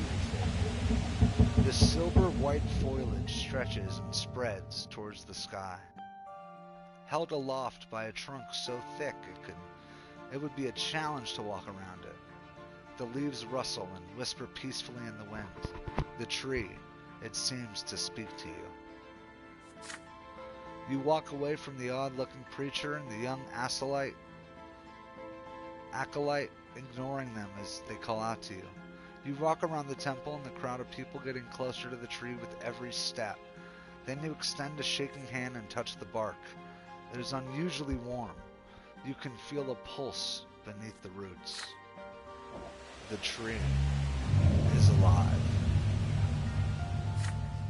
The roots are so gigantic. They form large grottos, spaces of air, embraced by the roots in the ground. You squeeze into one of these grottos. It is unusually bright and quiet, shielded from the noise of Anazat. Right now, there's only you and the tree. You sit down. There are leaves rustling all around you. The only noise you hear is the beating pulse of life that flows through the tree. And this pulse beats in time with your own heart. You feel clarity and calmness, free of doubt and frustration. The tree speaks to you, or are they your own thoughts so strange, unfamiliar, and eye-opening? These thoughts speak of soothing love, and of crystal clear law, and of love and law intertwining to bring the miracle of life to you. You stop slouching, and your frown becomes a light smile. Hours pass like fleeting seconds. You lose track of time until you overhear someone shouting your name. Alas, it is time to leave this grotto. The sun is setting over Anazat now. The day was quick to pass. Your teacher frowns, ready to scold you. You mumble an explanation and say you are ready to be punished for disobedience, yet instead the teacher nods in understanding. You keep looking back at the tree all the way home. Whatever happened to you today, you find it difficult to put into words. And as you can see, our willpower is actually maxed out. Because we went on our own. We played our own game. The shadow of the past. Another school day is ended. You are making your way home, still mulling over the things you learned from your teachers. The founding of the empire, the eternal and unshakable rule of a single dynasty. The three estates, each with its own rights, what an odd sort of order the world has, and yet so mysterious. At least it sounds that way when your teachers talk about it. Mother's waiting for you on the porch. She smiles gently when she sees you, and yet her expression still shows great concern.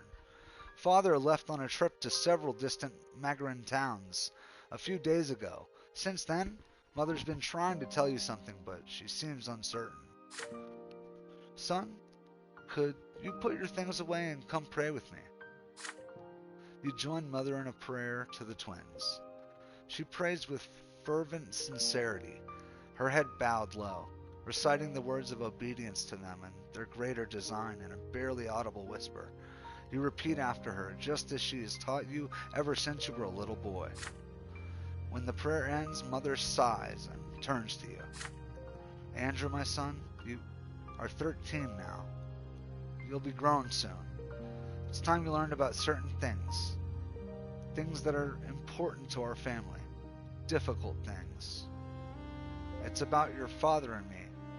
About our marriage. So they're going to get a divorce. You gaze curiously into your mother's eyes.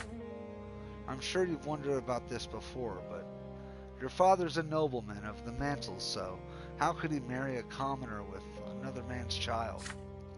But you see, Andrew, your father, when his first wife, Amelia Elborn, died, it was a painful blow to him. He lost his will to live, lost all purpose. He felt like his own destiny was cut short that day as well. And then he met me. You know, the troubles I had in the past. I went to the prefecture as a petitioner to ask them for help, protection, justice. When I was a young girl, I worked at a small shop that sold crockery and dishes. A nobleman took a liking to me. May his name be forever forgotten. The twins know I was humble and honored his lot to rule, but he took me by force. Mother falls silent, summoning the courage to continue. Gloria is that nobleman's daughter, but He was outraged. How could I have the gall to burden him with a low-born progeny? He turned me out on the street with that little baby girl in my arms. Mother's voice is shaking now. You take her hand tenderly. I had no home, no honor, nowhere to go, no one to help me. When I went to the prefecture, I didn't really think the judges there would help me find justice against my former master. But when Sir Robert heard my plea, his eyes met mine, and I believe that, at that very moment, the twins themselves granted him the gift of their love. Your father told me that there was nothing he could do to make that detestable nobleman marry me, but he would never abandon me and baby Gloria, and if I agreed, he would take me into his own home. Tears are running down Mother's cheeks. And I knew it, my son. I knew how much his honor and reputation would suffer, but caring for me brought him back to life. It's like he experienced another sacrament. He rediscovered his noble purpose, his lot to rule and protect and care for others, but his decision to marry me, he is still paying for it today. Your father had the courage to defy your grandfather, the founder of his bloodline. If only you knew how much he had to endure, my son. If only you knew the despicable rumors we heard about the Brantes all over Anazan. It was only thanks to the efforts of Sir Gregor that Brante bloodline managed to hang on to what little remained of its reputation. And now the noble families have all but forgotten about that scandal thanks the twins. Mother falls silent and looks at you intently. Do you understand what she's telling you? My son, I'm not telling you this just to share the pain of my past. I have no reason to complain. Even Sir Gregor has accepted me through gritted teeth. But you need to understand the heavy burden our family must bear, including our scandalous marriage and Gloria's foul origin. And Gloria, she can never be a Brante. Even if the elder Brantes agreed, the news would stir up the old scandal in the minds of high society. And if that were to happen, Andrew, they would even see your birth as illegitimate.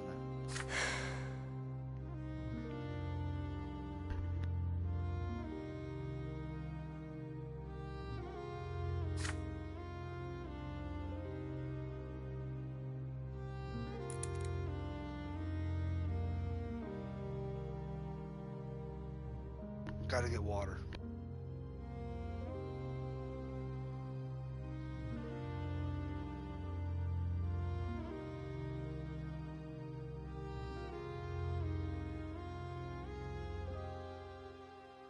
What I told you just now is something you have to know, son. You are about to enter adult life, but by my lot, I must be humble. I cannot tell you how to treat your family, but may I ask you a question? Now that you know all of this, do you still see Gloria as your sister?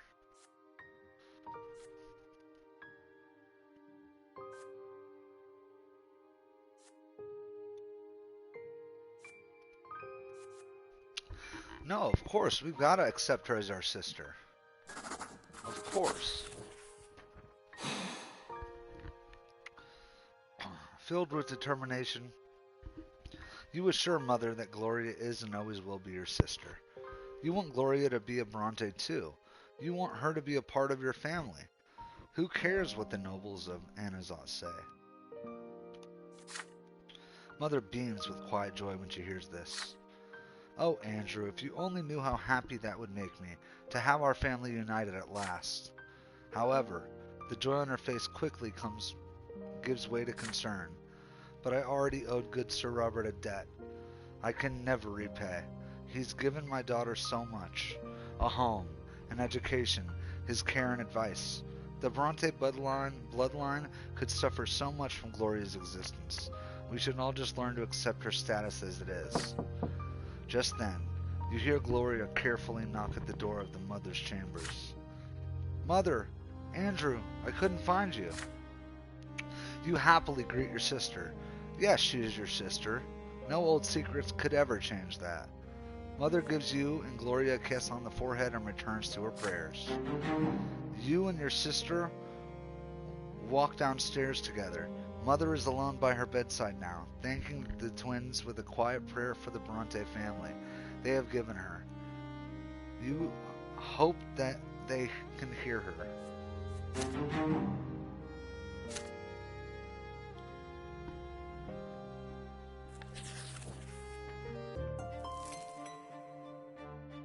You are 13 now. Another theology lesson. Today's sermon is about the priests and why the clergy is the only one of the three estates with the right to interpret the lots and guide the other two estates accordingly. Tomas sits next to you, huffing and puffing as he fervently writes down the teacher's every word. But you've heard all this from Mother many times before, so you take this moment to daydream a little. Father promised to take you to the capital once your studies are complete. But the teacher suddenly casts a stern look around the lecture hall and raises his voice at one of your classmates. A boy by the name of Brian jumps out of his seat. The teacher asks him to repeat what he had just said. Brian freezes and seems to shrink. He tries to muster a reply, but nothing comes out. The class becomes agitated. Someone's about to get punished. The teacher now looms over Brian. The boy's cheeks are flushed and his eyes are covered in tears. You all watch the teacher's iron-bound book as he raises it sharply, about to strike. Brian shrieks and raises a hand in front of him. A sudden flash. The teacher screams and buries his face in his arms. His hair is ablaze, and his skin is covered in horrible burns. It's magic! Real magic! Just like in the books about the Magna Rebellion! The class freezes in shock. There is a dull thud as the iron-bound book falls to the floor. Brian's hysterical laughter rends the silence. He stands up from his bench, fire in his eyes and sparks on the fingertips. There are screams now. Students run for the door. The teacher tries to extinguish his burning hair. Brian snaps his fingers, and the book of Asadius on the desk turns into pillars of flame. He laughs, raises his arms, and the curtains catch fire. The screams grow louder as the fire howls. Brian's face is tense and violent. His mouth is spewing flames, and his whole body is shaking with laughter. He steps towards the door. You and Tomas glance at each other. He is going to burn the whole school down. Your friend's determination makes you brave. You run behind Brian and knock him off his feet. You both tumble to the floor. Even through his clothes, his body sears your flesh. Brian screams, convulses, and grabs Tomas by the shoulders with his burning hands. Tomas howls, but stays put, and then knocks Brian senseless with several fierce blows to the head. There are servants fussing around the room now. They put out the fire and take away the teacher, his body covered in horrible burns. You and Tomas remain next to Brian, who is lying on the floor silent. Soon, 3 men in black coats enter the doors of the school, each bearing an edict sealed with silver. The Inquisition. You and Tomas are told to step away from the witch. They lock Brian's neck in a silver collar to take him away. What the fuck? One of the Inquisitors remains behind to tell the students what happened. Yeah, this is on some Stranger Things shit. That was magic, he explains. The ungodly power that twists the minds of men into savage instruments of murder. Only the sacred shackles of silver can hold it at bay. Only the power of the twins can save us all from its evil grasp. The next day, you are forbidden from ever mentioning Brian's name again. He is no more. Yeah, like, what the hell was that, dog? A great day looms ahead. 100 years ago, Uther Tempest was anointed to rule over the empire, blessed by the twins themselves. The emperor's reign continues into its 2nd century. Celebrations in honor of the Tempest dynasty are held throughout the city, and the school is closed for 2 weeks because of that. On one of these evenings, Father tells everyone that Grandfather is going to bring Stefan back home for the holiday. They say families should celebrate the day of anointment together. You could benefit from your elder brother's company. With his noble education, Stefan might be able to teach you how noblemen are supposed to act. Soon, Stefan arrives. He now handles himself differently. When it comes to ordering servants around and ignoring Gloria, he is still grandfather's double, but he is more grown up now and far less howdy to you. It is a dark winter evening. A damp, cold wind sweeps through the city from the barren lands of Magra. You and Stefan are sitting in the library. He is telling you all about Eterna, the capital of the Empire. It is full of so many wonders. The Imperial Palace, the enormous Temple of the Twins, the Military Academy, the Imperial College. You've read so much about these places, yet he has seen them firsthand. Nathan enters the library. He looks concerned.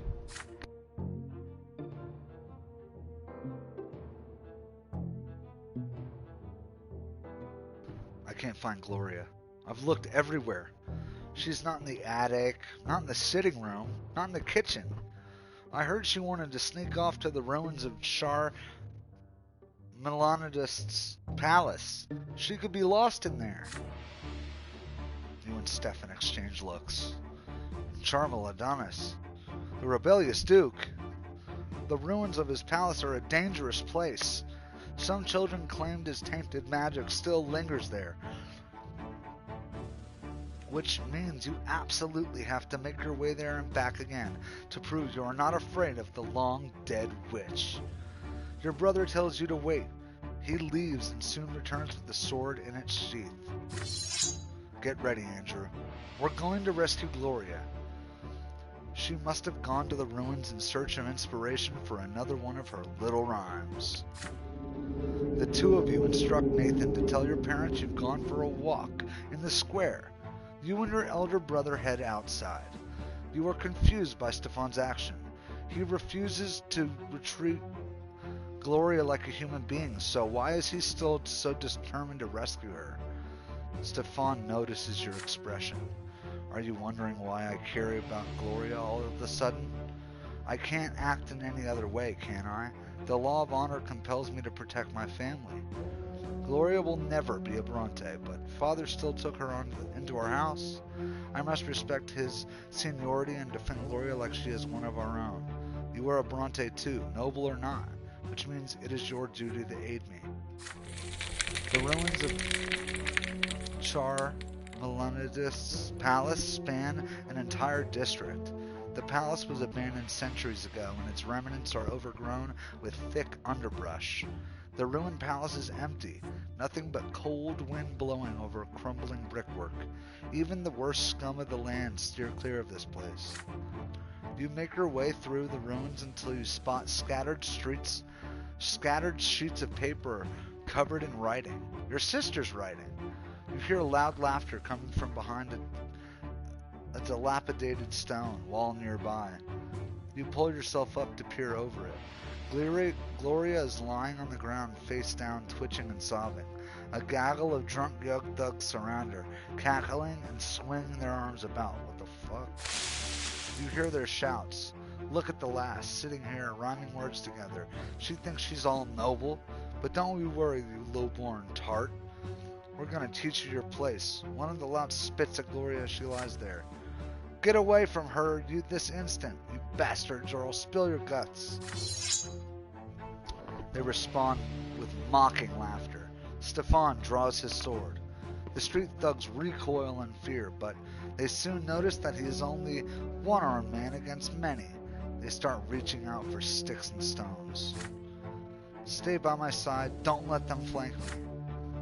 Stefan's hands shakes, but he looks ready for battle. He's outnumbered. For a moment, you hesitate. Perhaps it might be better to run for the nearby district and call for guards. The young thugs are already armed with makeshift weapons. They are starting to approach you and Stefan cautiously. Okay. So we can charge the attackers. You grab the heaviest rock you find and get ready to fight. Follow your brother's orders. Okay. We do not want to call the guards.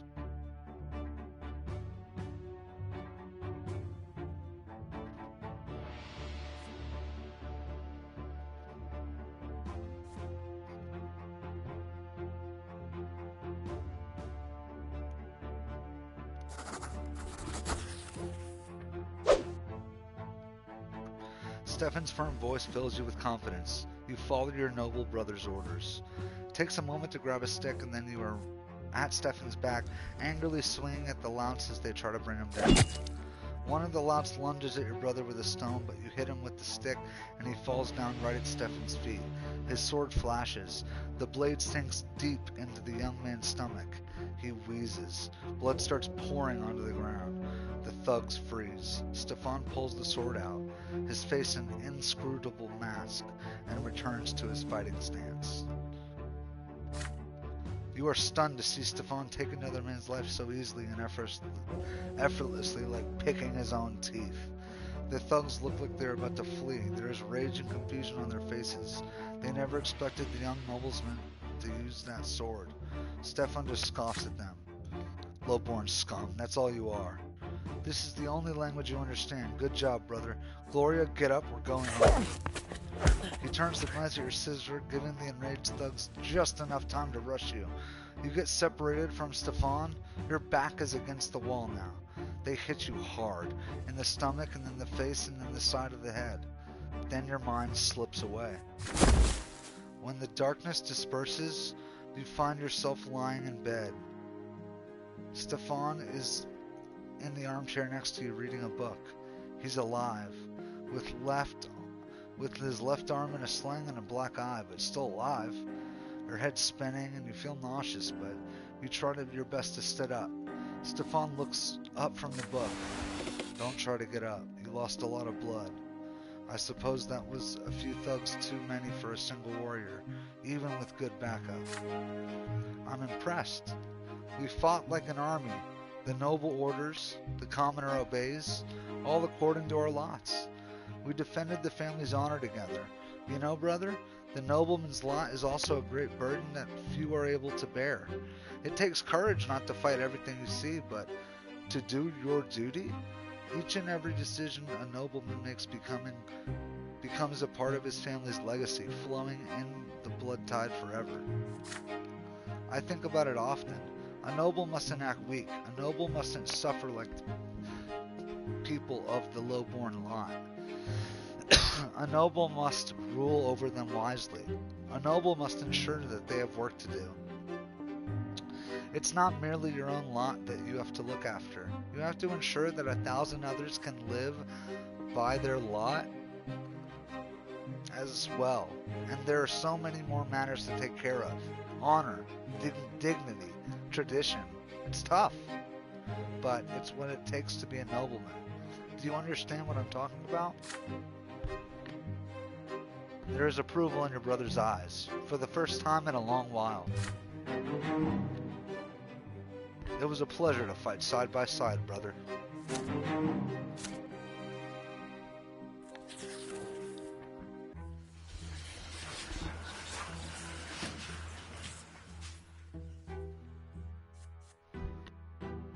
More water.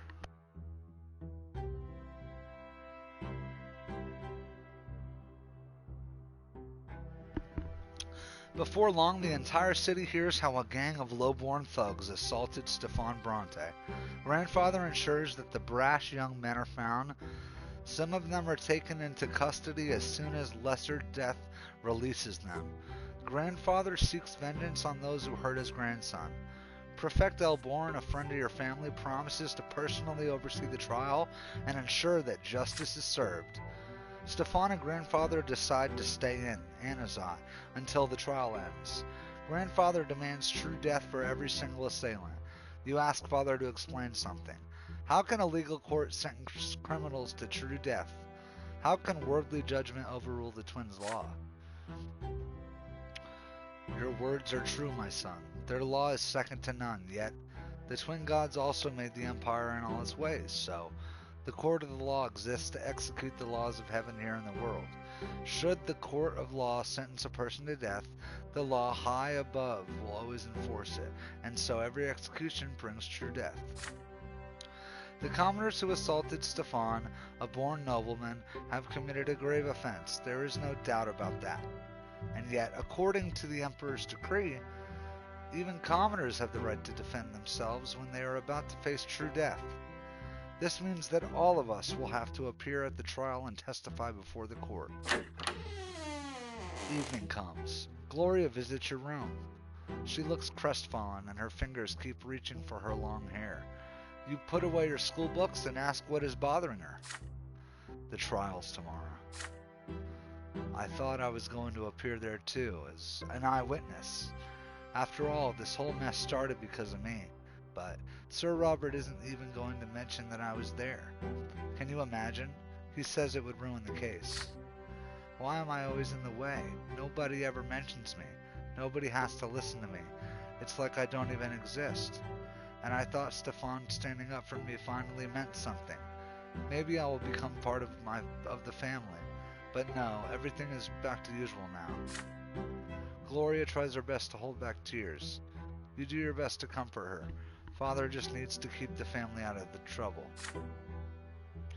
If Sir Robert believes that I only bring trouble, why did he bring me into the house at all? Gloria runs away. You return to your books, but you can't help but get lost in thought. What if they told the court you weren't there either? How would you feel then? There's a knock at the door. It's Father. He closes the door behind him and sits next to you. There's an exhausted look about him. Son, you'll be testifying before the court tomorrow. Please remember what I'm about to tell you. Gloria wasn't at the ruins at all. You went there with your brother to inspect this historic site. The low-born men insulted Stefan first and then attacked him. Stefan had managed to deal with the assailants on his own by the time the guards intervened. Gloria will cast suspicion on the case if we mention her very existence to the court. The reputation of the family will suffer. Your grandfather will never forgive me if that happens. Do not let me down. We're all counting on you.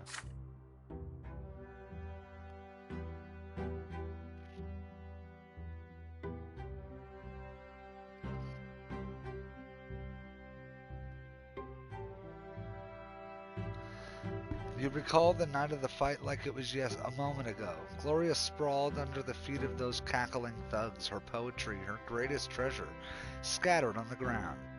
She thinks she's all noble. Those were the words that spat down at her. But doesn't grandfather mean the same thing when he denies that she is part of the family? But if you do what Father tells you, the trial will end quickly. Those commoners will face true death for assaulting a noble. If I mention Gloria, things will get complicated, and you cannot predict how that trial will end.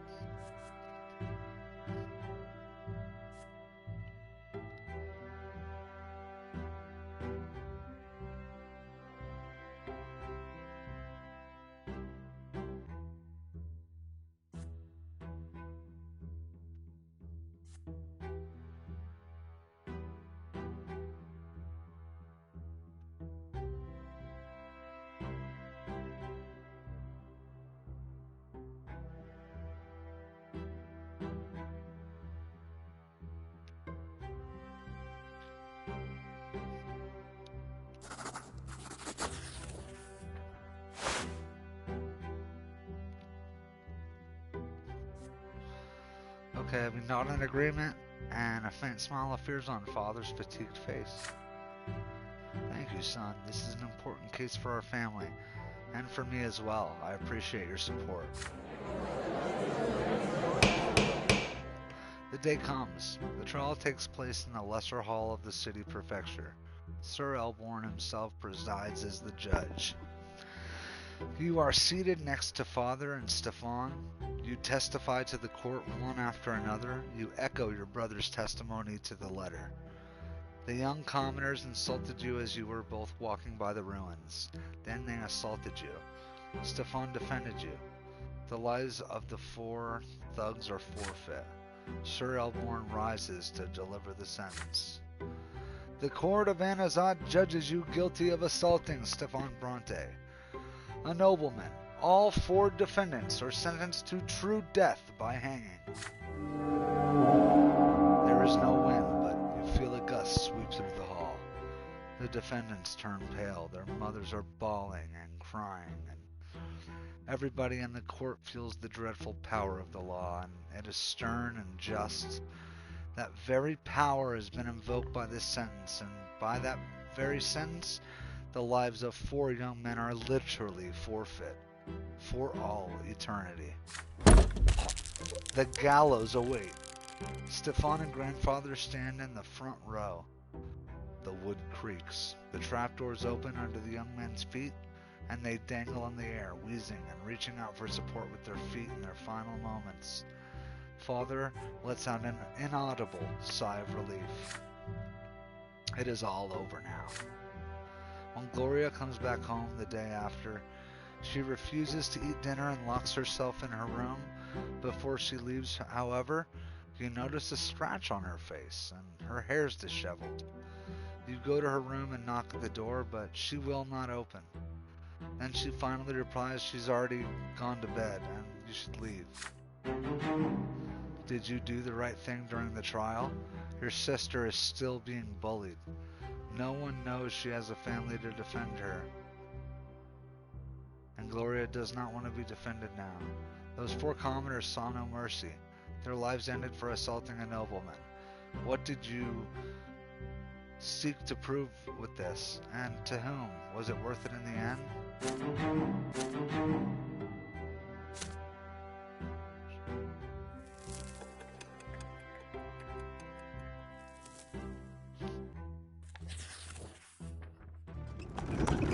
Stefan leaves soon after the trial alone.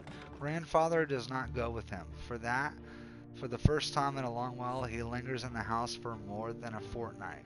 Father says Sir Gregor is ill and needs rest. Several months go by, and it becomes clear that grandfather will not recover. The eldest Brante is mostly bedridden now. On some days he has trouble recognizing people. When he means to address you or Nathan, he calls you Robert, your father's name. But when he does get out of bed, the house grows empty. The servants hide. Mother locks herself in her chambers. You and Nathan run outside or hide quietly in your rooms. If grandfather sees anyone in the hallway, he begins lamenting. Oh, nobody heeds the lots any longer. Any harlot with a child can marry a nobleman these days. Children have no respect. His son betrayed him and let him down. And oh, how the Brante family has lost its honor.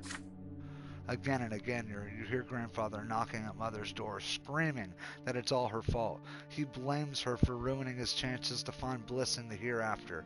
He blames her for dooming him to suffer at the foot of the pillar. You overhear your parents talking one night. Mother begs father to move Sir Gregor to his old home and spare the children his decline. Father refuses her outright. It is late night. The hot, dry winds are coming. The house is empty save for you.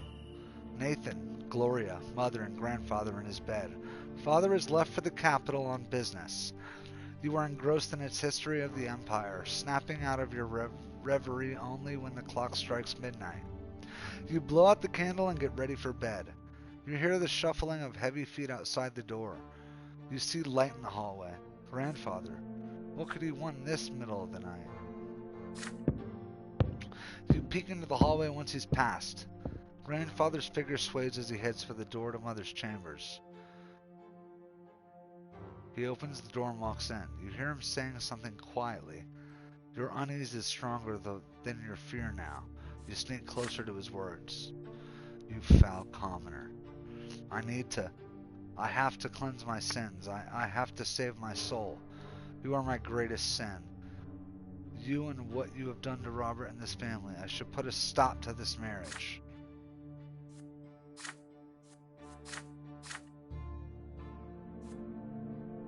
I should have stopped Robert from tainting this house by her presence. Why, oh why didn't I do it? Please, Sir Brante, I beg of you. Silence! You will do my bidding. Fire will cleanse all low-born filth from this place.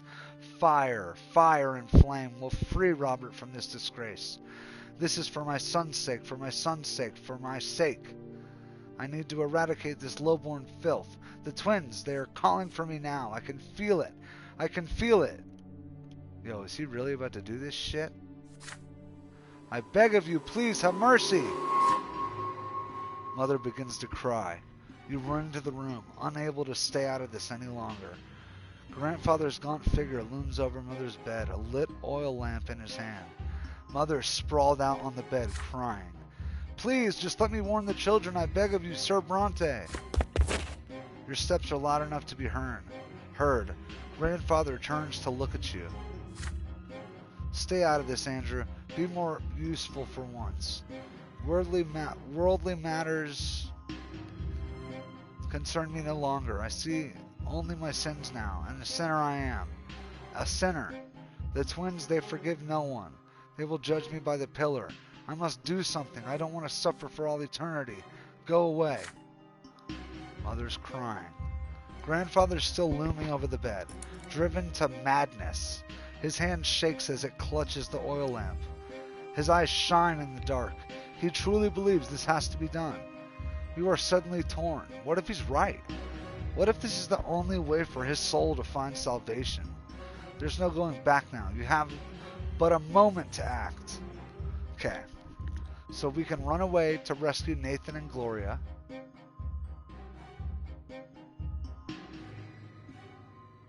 I'll have a true death.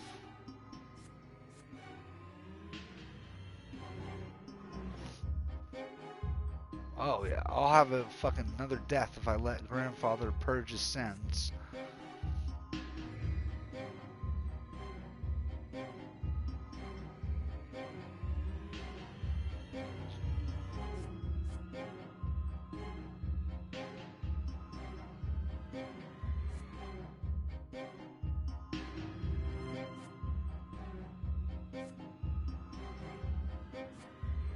We can't do that one.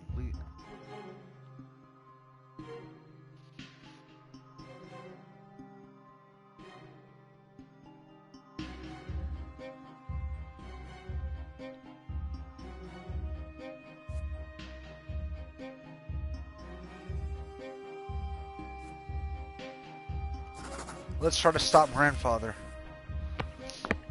You look at Grandfather defiantly and step towards him. He stares you down with rage and throws the oil lamp at the floor. You manage to catch it, but just barely. Several drops of hot oil hit the rug, but not nearly enough to start a fire. But the lamp's glass is blistering hot. It burned your hands, but you still hold on to it safely. You low-born scum. You ruined everything. You're every bit like your mother. You. Enraged, he takes a swing and you squeeze your eyes shut. But he does not hit you. Instead, there's a deep exhalation. You peek at him with one eye just in time to see him collapse, all his strength fading away. His chest is heaving, his face a grimace of contempt. Another heavy exhalation. The contempt is gone. There's only fear now. Grandfather's eyes wide open, almost in surprise. He exhales. His eyes grow dim. Mother's there, whispering a prayer, and she's shaking violently. You put the oil lamp gently on the bedside table and call for the servants. They carry the body away. It does not disappear. True death has found him. He will never return. You spend the rest of the night with Mother in the sitting room, and she will not let go of your hand. For many, many nights afterward, she keeps seeing Grandfather's shadow out of the corner of her eye. Father returns from Eterna the morning after. He is unusually composed as he arranges for the funeral. The house becomes quiet. Not the looming, heavy sort of quiet of the past few months, but the calm relief you all feel now that the crazed old man's no more. At last, Gregor Brante, the family's patriarch, has departed for the hereafter.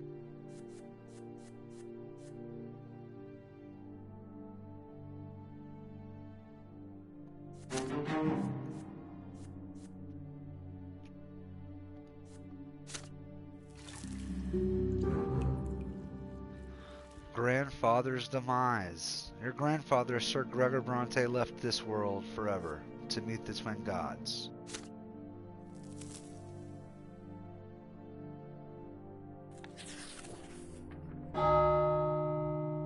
The night of your grandfather's death shook your family to the core. Yet, no matter how it happened, your grandfather, Gregor Brante, is dead and will never return.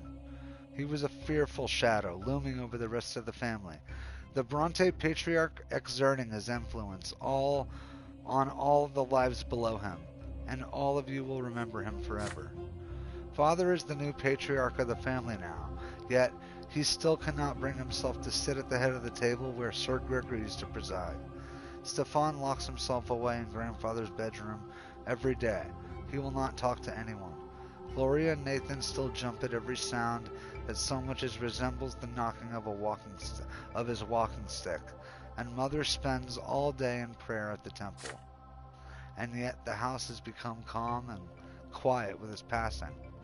But there is one more thing that must be done. The final farewell. It weighs heavy on your soul, upon your soul. The day has come to pay your final respects. Father goes to the tomb alone, save for Stefan, Nathan, and you.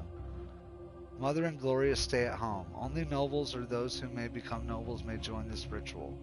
There is a solemn silence as you walk to the crypt. Father is the one who breaks this silence when you finally reach the door of the family crypt.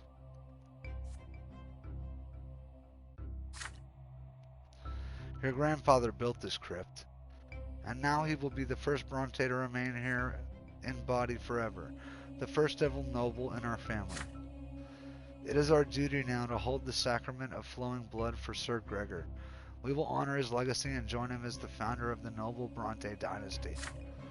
Stefan perks up at Father's words. His hands still clutch grandfather's sword. Tradition decrees that it must remain in the niche above the owner's sarcophagus. Nathan, on the other hand, looks even more frightened now. Stairs carved of white stone lead you downward. Deep in the gloom of the crypt atop the pedestal, you see the sarcophagus that holds grandfather's body. Father takes a moment to compose himself before paying his final respects. Gregor Bronte, my father, brought our family into nobility through his unshakable will. He was a judge and a loyal servant to the empire.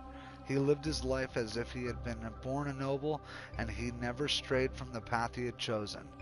He sought to make the Bronte family ennobled by the sword so that our children's children might be of noble birth.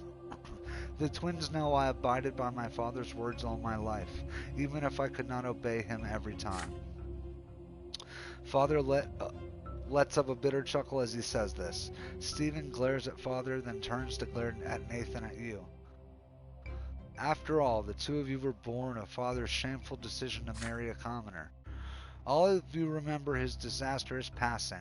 He did not die the true death he deserved, yet we all must know that he fought for the future he believed in, to the very end. And he would be proud to see his family bid him farewell with this sacrament of nobility. Stefan still glares at Father sullenly. His fingers remain clutched around grandfather's sword. Nathan barely pays attention to the words. He looks around with unease, his arms folded across his chest. Father reaches into his jacket and pulls out a slender dagger, thin and sharp, and he takes off his gloves. Watch me carefully, my sons. Make a small cut on the palm of your hand and let your blood flow into this duct on the wall of the crypt. It will join your grandfather's blood here and flow forever. Then ancestor and progeny will become as one. We shall enter our family's blood tide and receive grandfather's final blessing, for his blood flows first in our blood tide. He will respond to you. You are part of him and he is part of you. With a quick motion, Father slices his hand and holds the bleeding cut above a small opening in the wall. Then he hands the dagger to Stefan. Stefan cuts his hand without hesitation and does as Father did, and you receive the dagger next. The dagger's handle feels warm. You hesitate for a moment as you look at the palm of your hand. If you participate in this ritual, you will enter the Brante blood tide. You, a low-born child, a child who is still a commoner. Are you ready to claim your legacy as a descendant of the nobleman Gregor Bronte? The eyes of your father and brothers are upon you. Nathan, the youngest brother, will follow your example. You can be certain of this.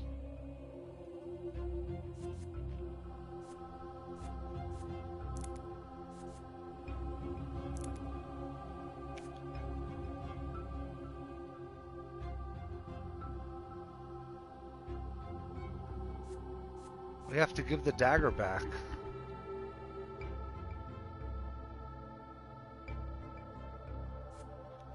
Like, we actually have to. We have no choice. You return the dagger to father and say you cannot participate. I'm a commoner.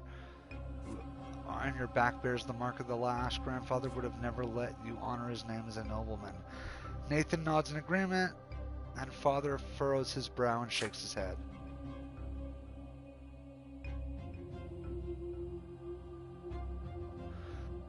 He agrees. Grandfather would have never allowed it.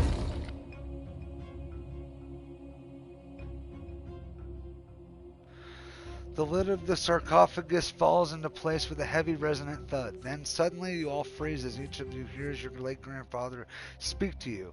What? His voice is loud as it rings in the depths of the crypt and yet speaks to each of you separately.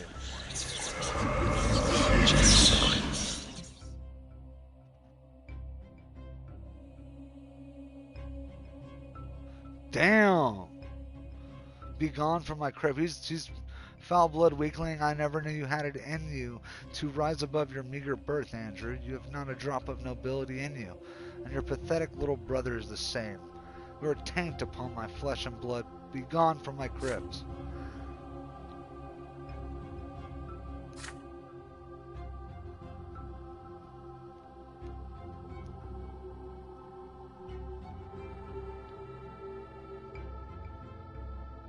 Okay.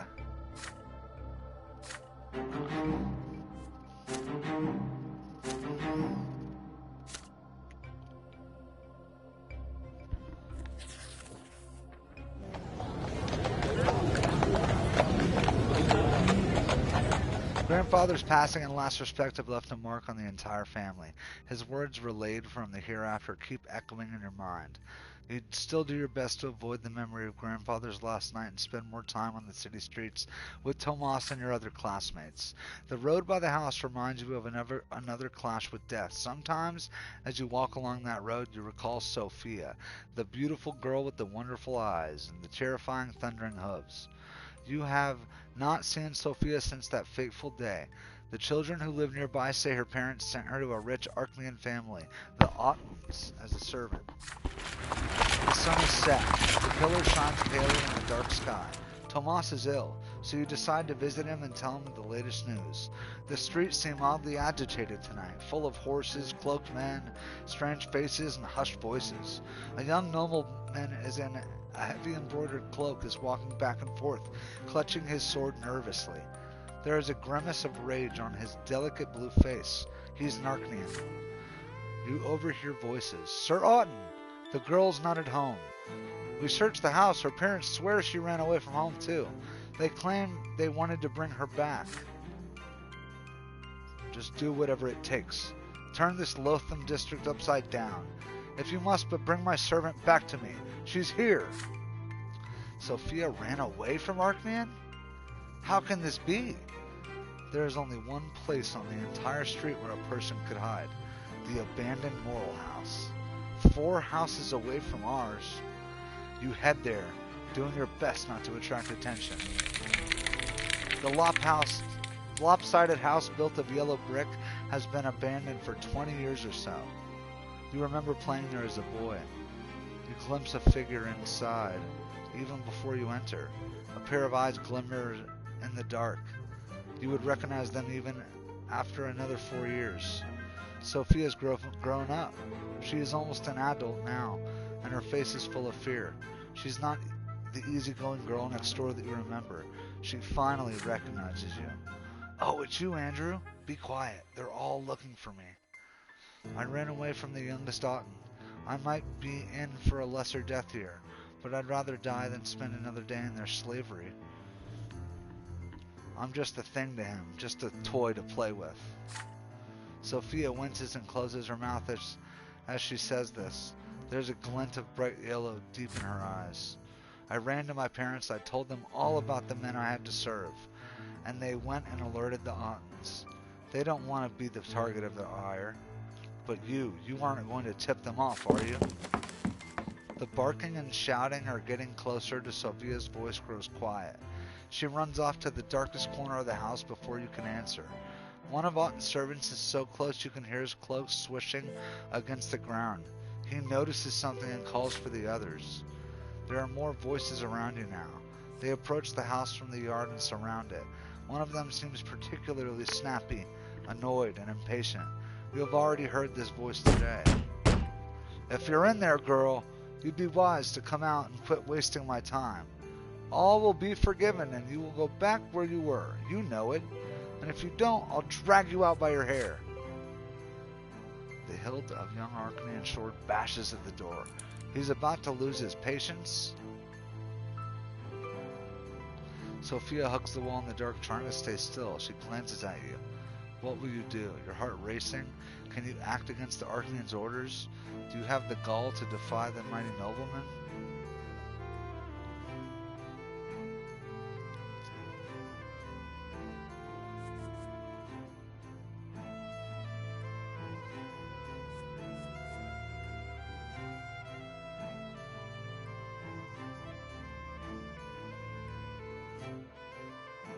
Let's try to stop Otten. Pull yourself together and walk slowly to the half-collapsed doorway. Sophia stays behind. The tall young Arcanian stares you down, his condescending smile dripping with scorn. In your most assertive voice, your answer is question. He will find no fugitive girl in this house. What are you doing here, boy? I wasn't speaking to you. Out of my way. Otten needs no permission to enter, so he steps inside. You stand in his way. You have already assured the young Arcanian there is no one else inside. You might have done him a great service. What makes him doubt your words? Why, you lowlife! How dare you stand in an Arcanian's way? You must have lives to spare. Oh shit. Otto backhands you with immense strength, enough to send you flying. The Arcanian draws his sword, it rises into the air, but then one of his men shouts, Sure! There she is! The Arcanian turns around and briskly walks away. Sophia used your distraction to climb out the window in the back. You jump to your feet and escape the house in the same way. Sophia's slight silhouette is gaining a distance ahead, far ahead. One of Otto's men is chasing her down, ready to catch her at any moment. But then something unbelievable happens. Sophia lets out a dreadful scream, and the air around her sizzles with golden sparks. Otten's men fall to the ground, clutching his head. Sophia freezes for a second, as though uncertain of what she just did. What was that? Otten screams right at her right next to you. So that's how it is, eh? The wench is a witch. Caesar. Magic. Sophia's a witch? Sophia's silhouette disappears down in an alleyway. Otten's men give her a chase, but they will find her in the dark, sprawling district. You watch her go. Will you ever see her again? The runaway girl becomes the talk of your district for an entire week. You overhear that Sophia managed to flee the city. The Ottens are furious. After this sudden appearance, she disappears from your life once more. You will not see her again until much, much later.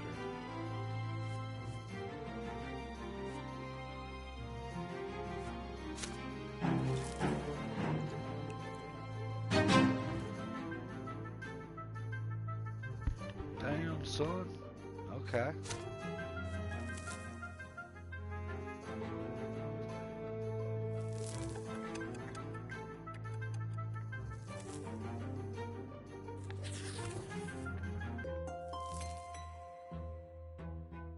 You are about to turn 15, just one step away from adulthood. Mother is acting anxious at dinner today, barely touching her food. You exchange glances with Gloria. She carefully tells you that she wants to go to the tailor. Mother shudders and her hands clench into fists. No, don't you dare leave home today. I forbid it. That dirty heretic Fotis is preaching his lies under the silver tree today. Twins willing. I don't want you to hear any of that. You and Gloria glance at each other again. Fotis. He's a patriarch, the head of clergy throughout the entire province. That is the first time you've heard Mother speak like this about a priest, especially such a high-ranking one. Once you leave the dinner table, Gloria comes to your room with a cunning expression on her face, like she's about to play a trick on someone. She has a plan. The two of you should sneak out of the house and go to the silver tree. You simply must hear that sermon for yourself. What's so bad about Patriarch Fotis? Why does Mother hate him so much? You two are grown-ups now. Surely you have the right to know. You agree with your sister. Together, we sneak out and we go to the silver tree. Temple block's full of people from all ranks and estate. There's barely enough room for us to even get in the crowd. They've gathered around the very roots of the tree, and Gloria suggests we climb up to a nearby building so we can hear and see everything better, and not a moment too soon. Then from the roof we see a tall, silver-haired priest step onto the platform, and behind his back is a banner flapping in the wind. The open book. This is the symbol of the new faith, the crowd whispers. The patriarch holds his hand up to the sky, and the entire temple block grows quiet. He begins his sermon, his vibrant voice rolling across the square. Fotis speaks of great mistake.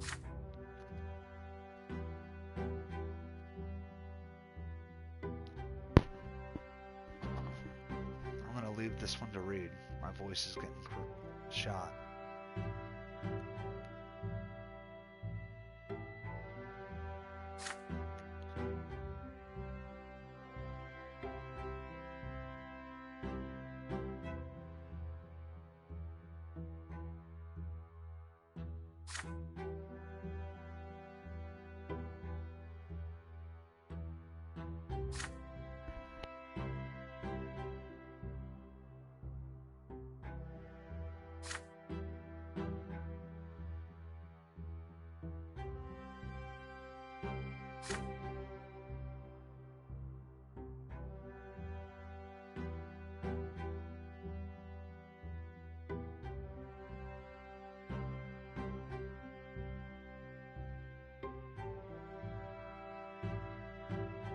They killed Fotis. Oh shit.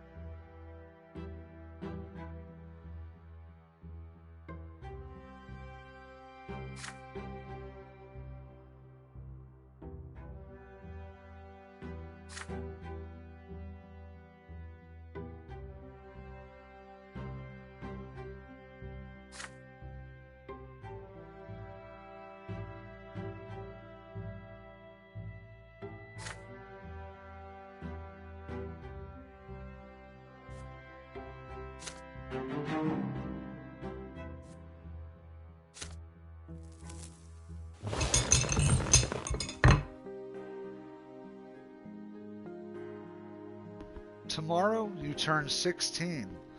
According to imperial law, you'll be a full adult. Your time at Sir Tabor's school has ended. You have studied enough to apply for the Imperial College and learn the judge's trade there. You are to travel to Eterna tomorrow. Your friend Thomas will go there with you to try his luck in the Imperial capital. Mother and father prepare you for your long journey.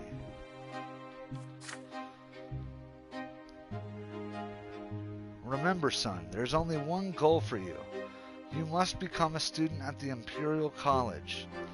Your teachers dragged you through all those books for a reason. You have the knowledge and fervor to be ennobled by the mantle as I was, and as my late father was before me.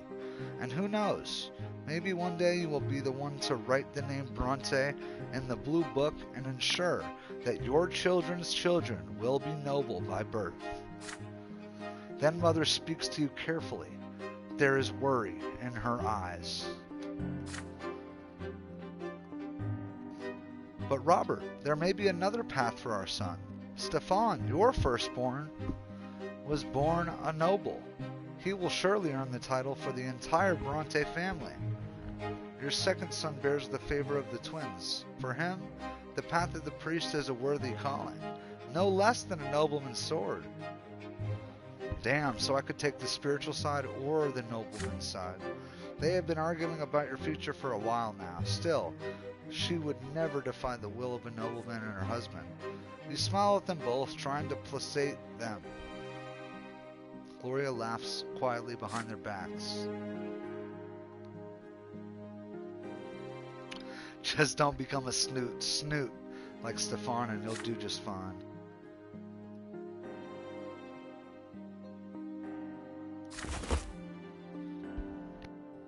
Damn, Nathan doesn't want me to go.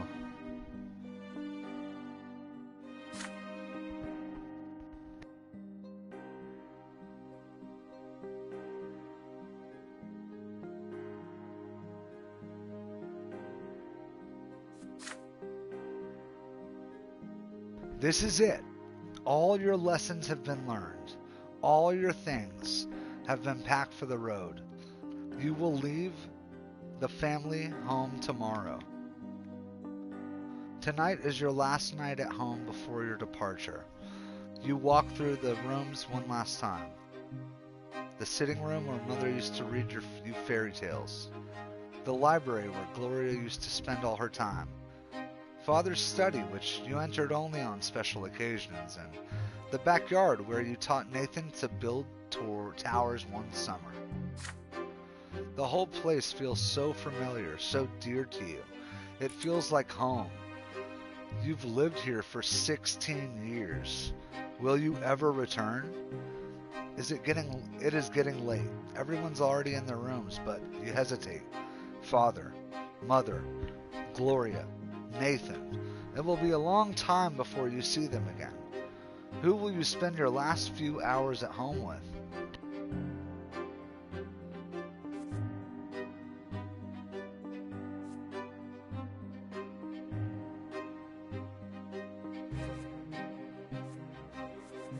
We gotta absolutely spend time with Nathan. Let's do it.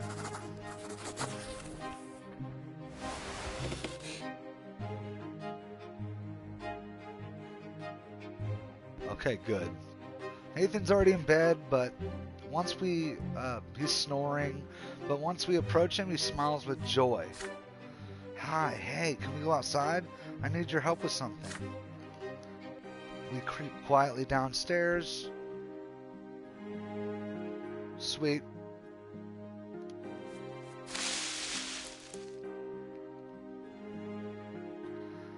Damn, the kitten's got a broken paw. We gotta save it.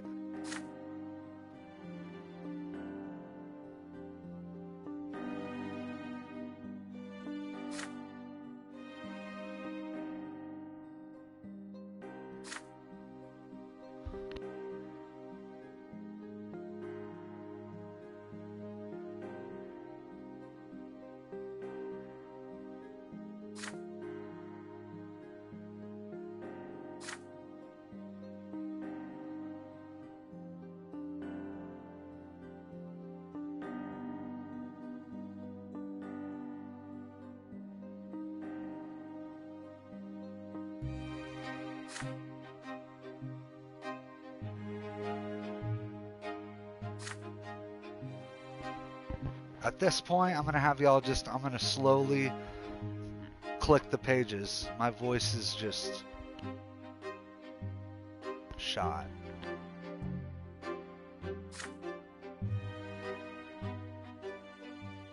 But considering I've narrated almost the whole book, I'd say we're doing pretty good. Please promise you'll come back, Andrew. You swear to him that you will. You get into bed and fade away into the gentle, happy sleep. They will be waiting for you back here, no matter what.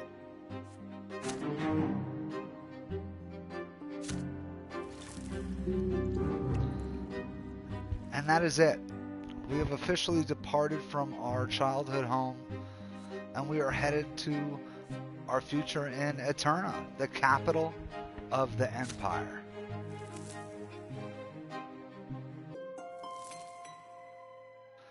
The end of adolescence. Last night was your final night at home. The carriage is now waiting at the gate, ready to take you to the capital. The The clip-clopping of the idle hooves against the cobblestones count the seconds before your departure. You take one more look at your parents' house and recall your childhood spent there, in the nearby yards, at your school, and on the winding streets of Anazat. You clashed with the greater world around you and survived.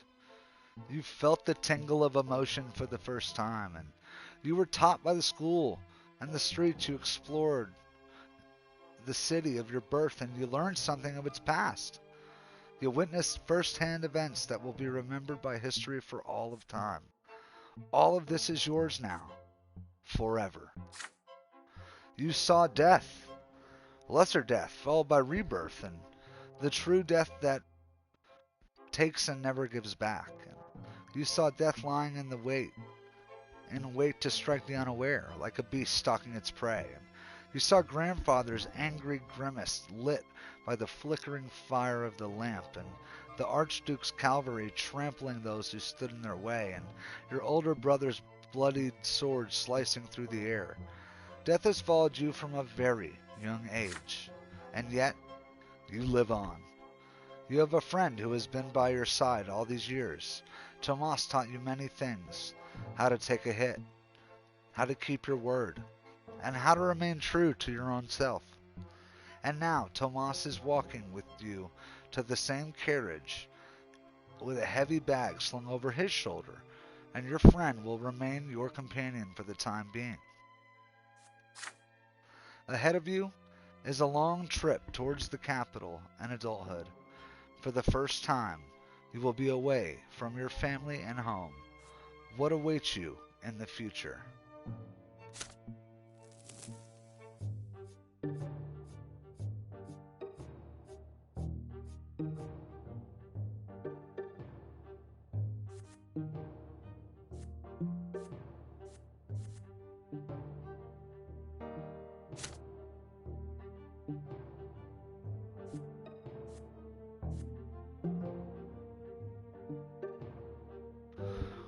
Personal qualities that you have accumulated into adolescence, and then all of our qualities from childhood and adolescence will now convert into adult qualities.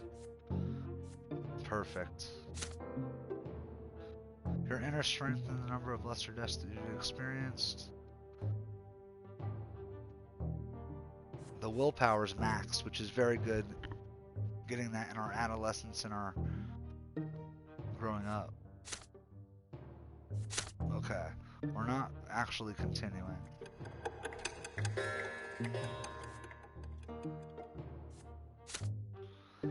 So we're just gonna... Okay, now we need to do that.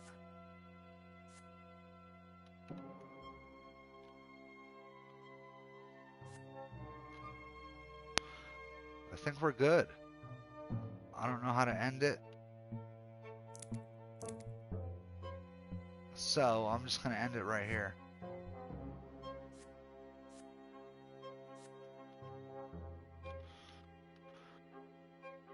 Yeah.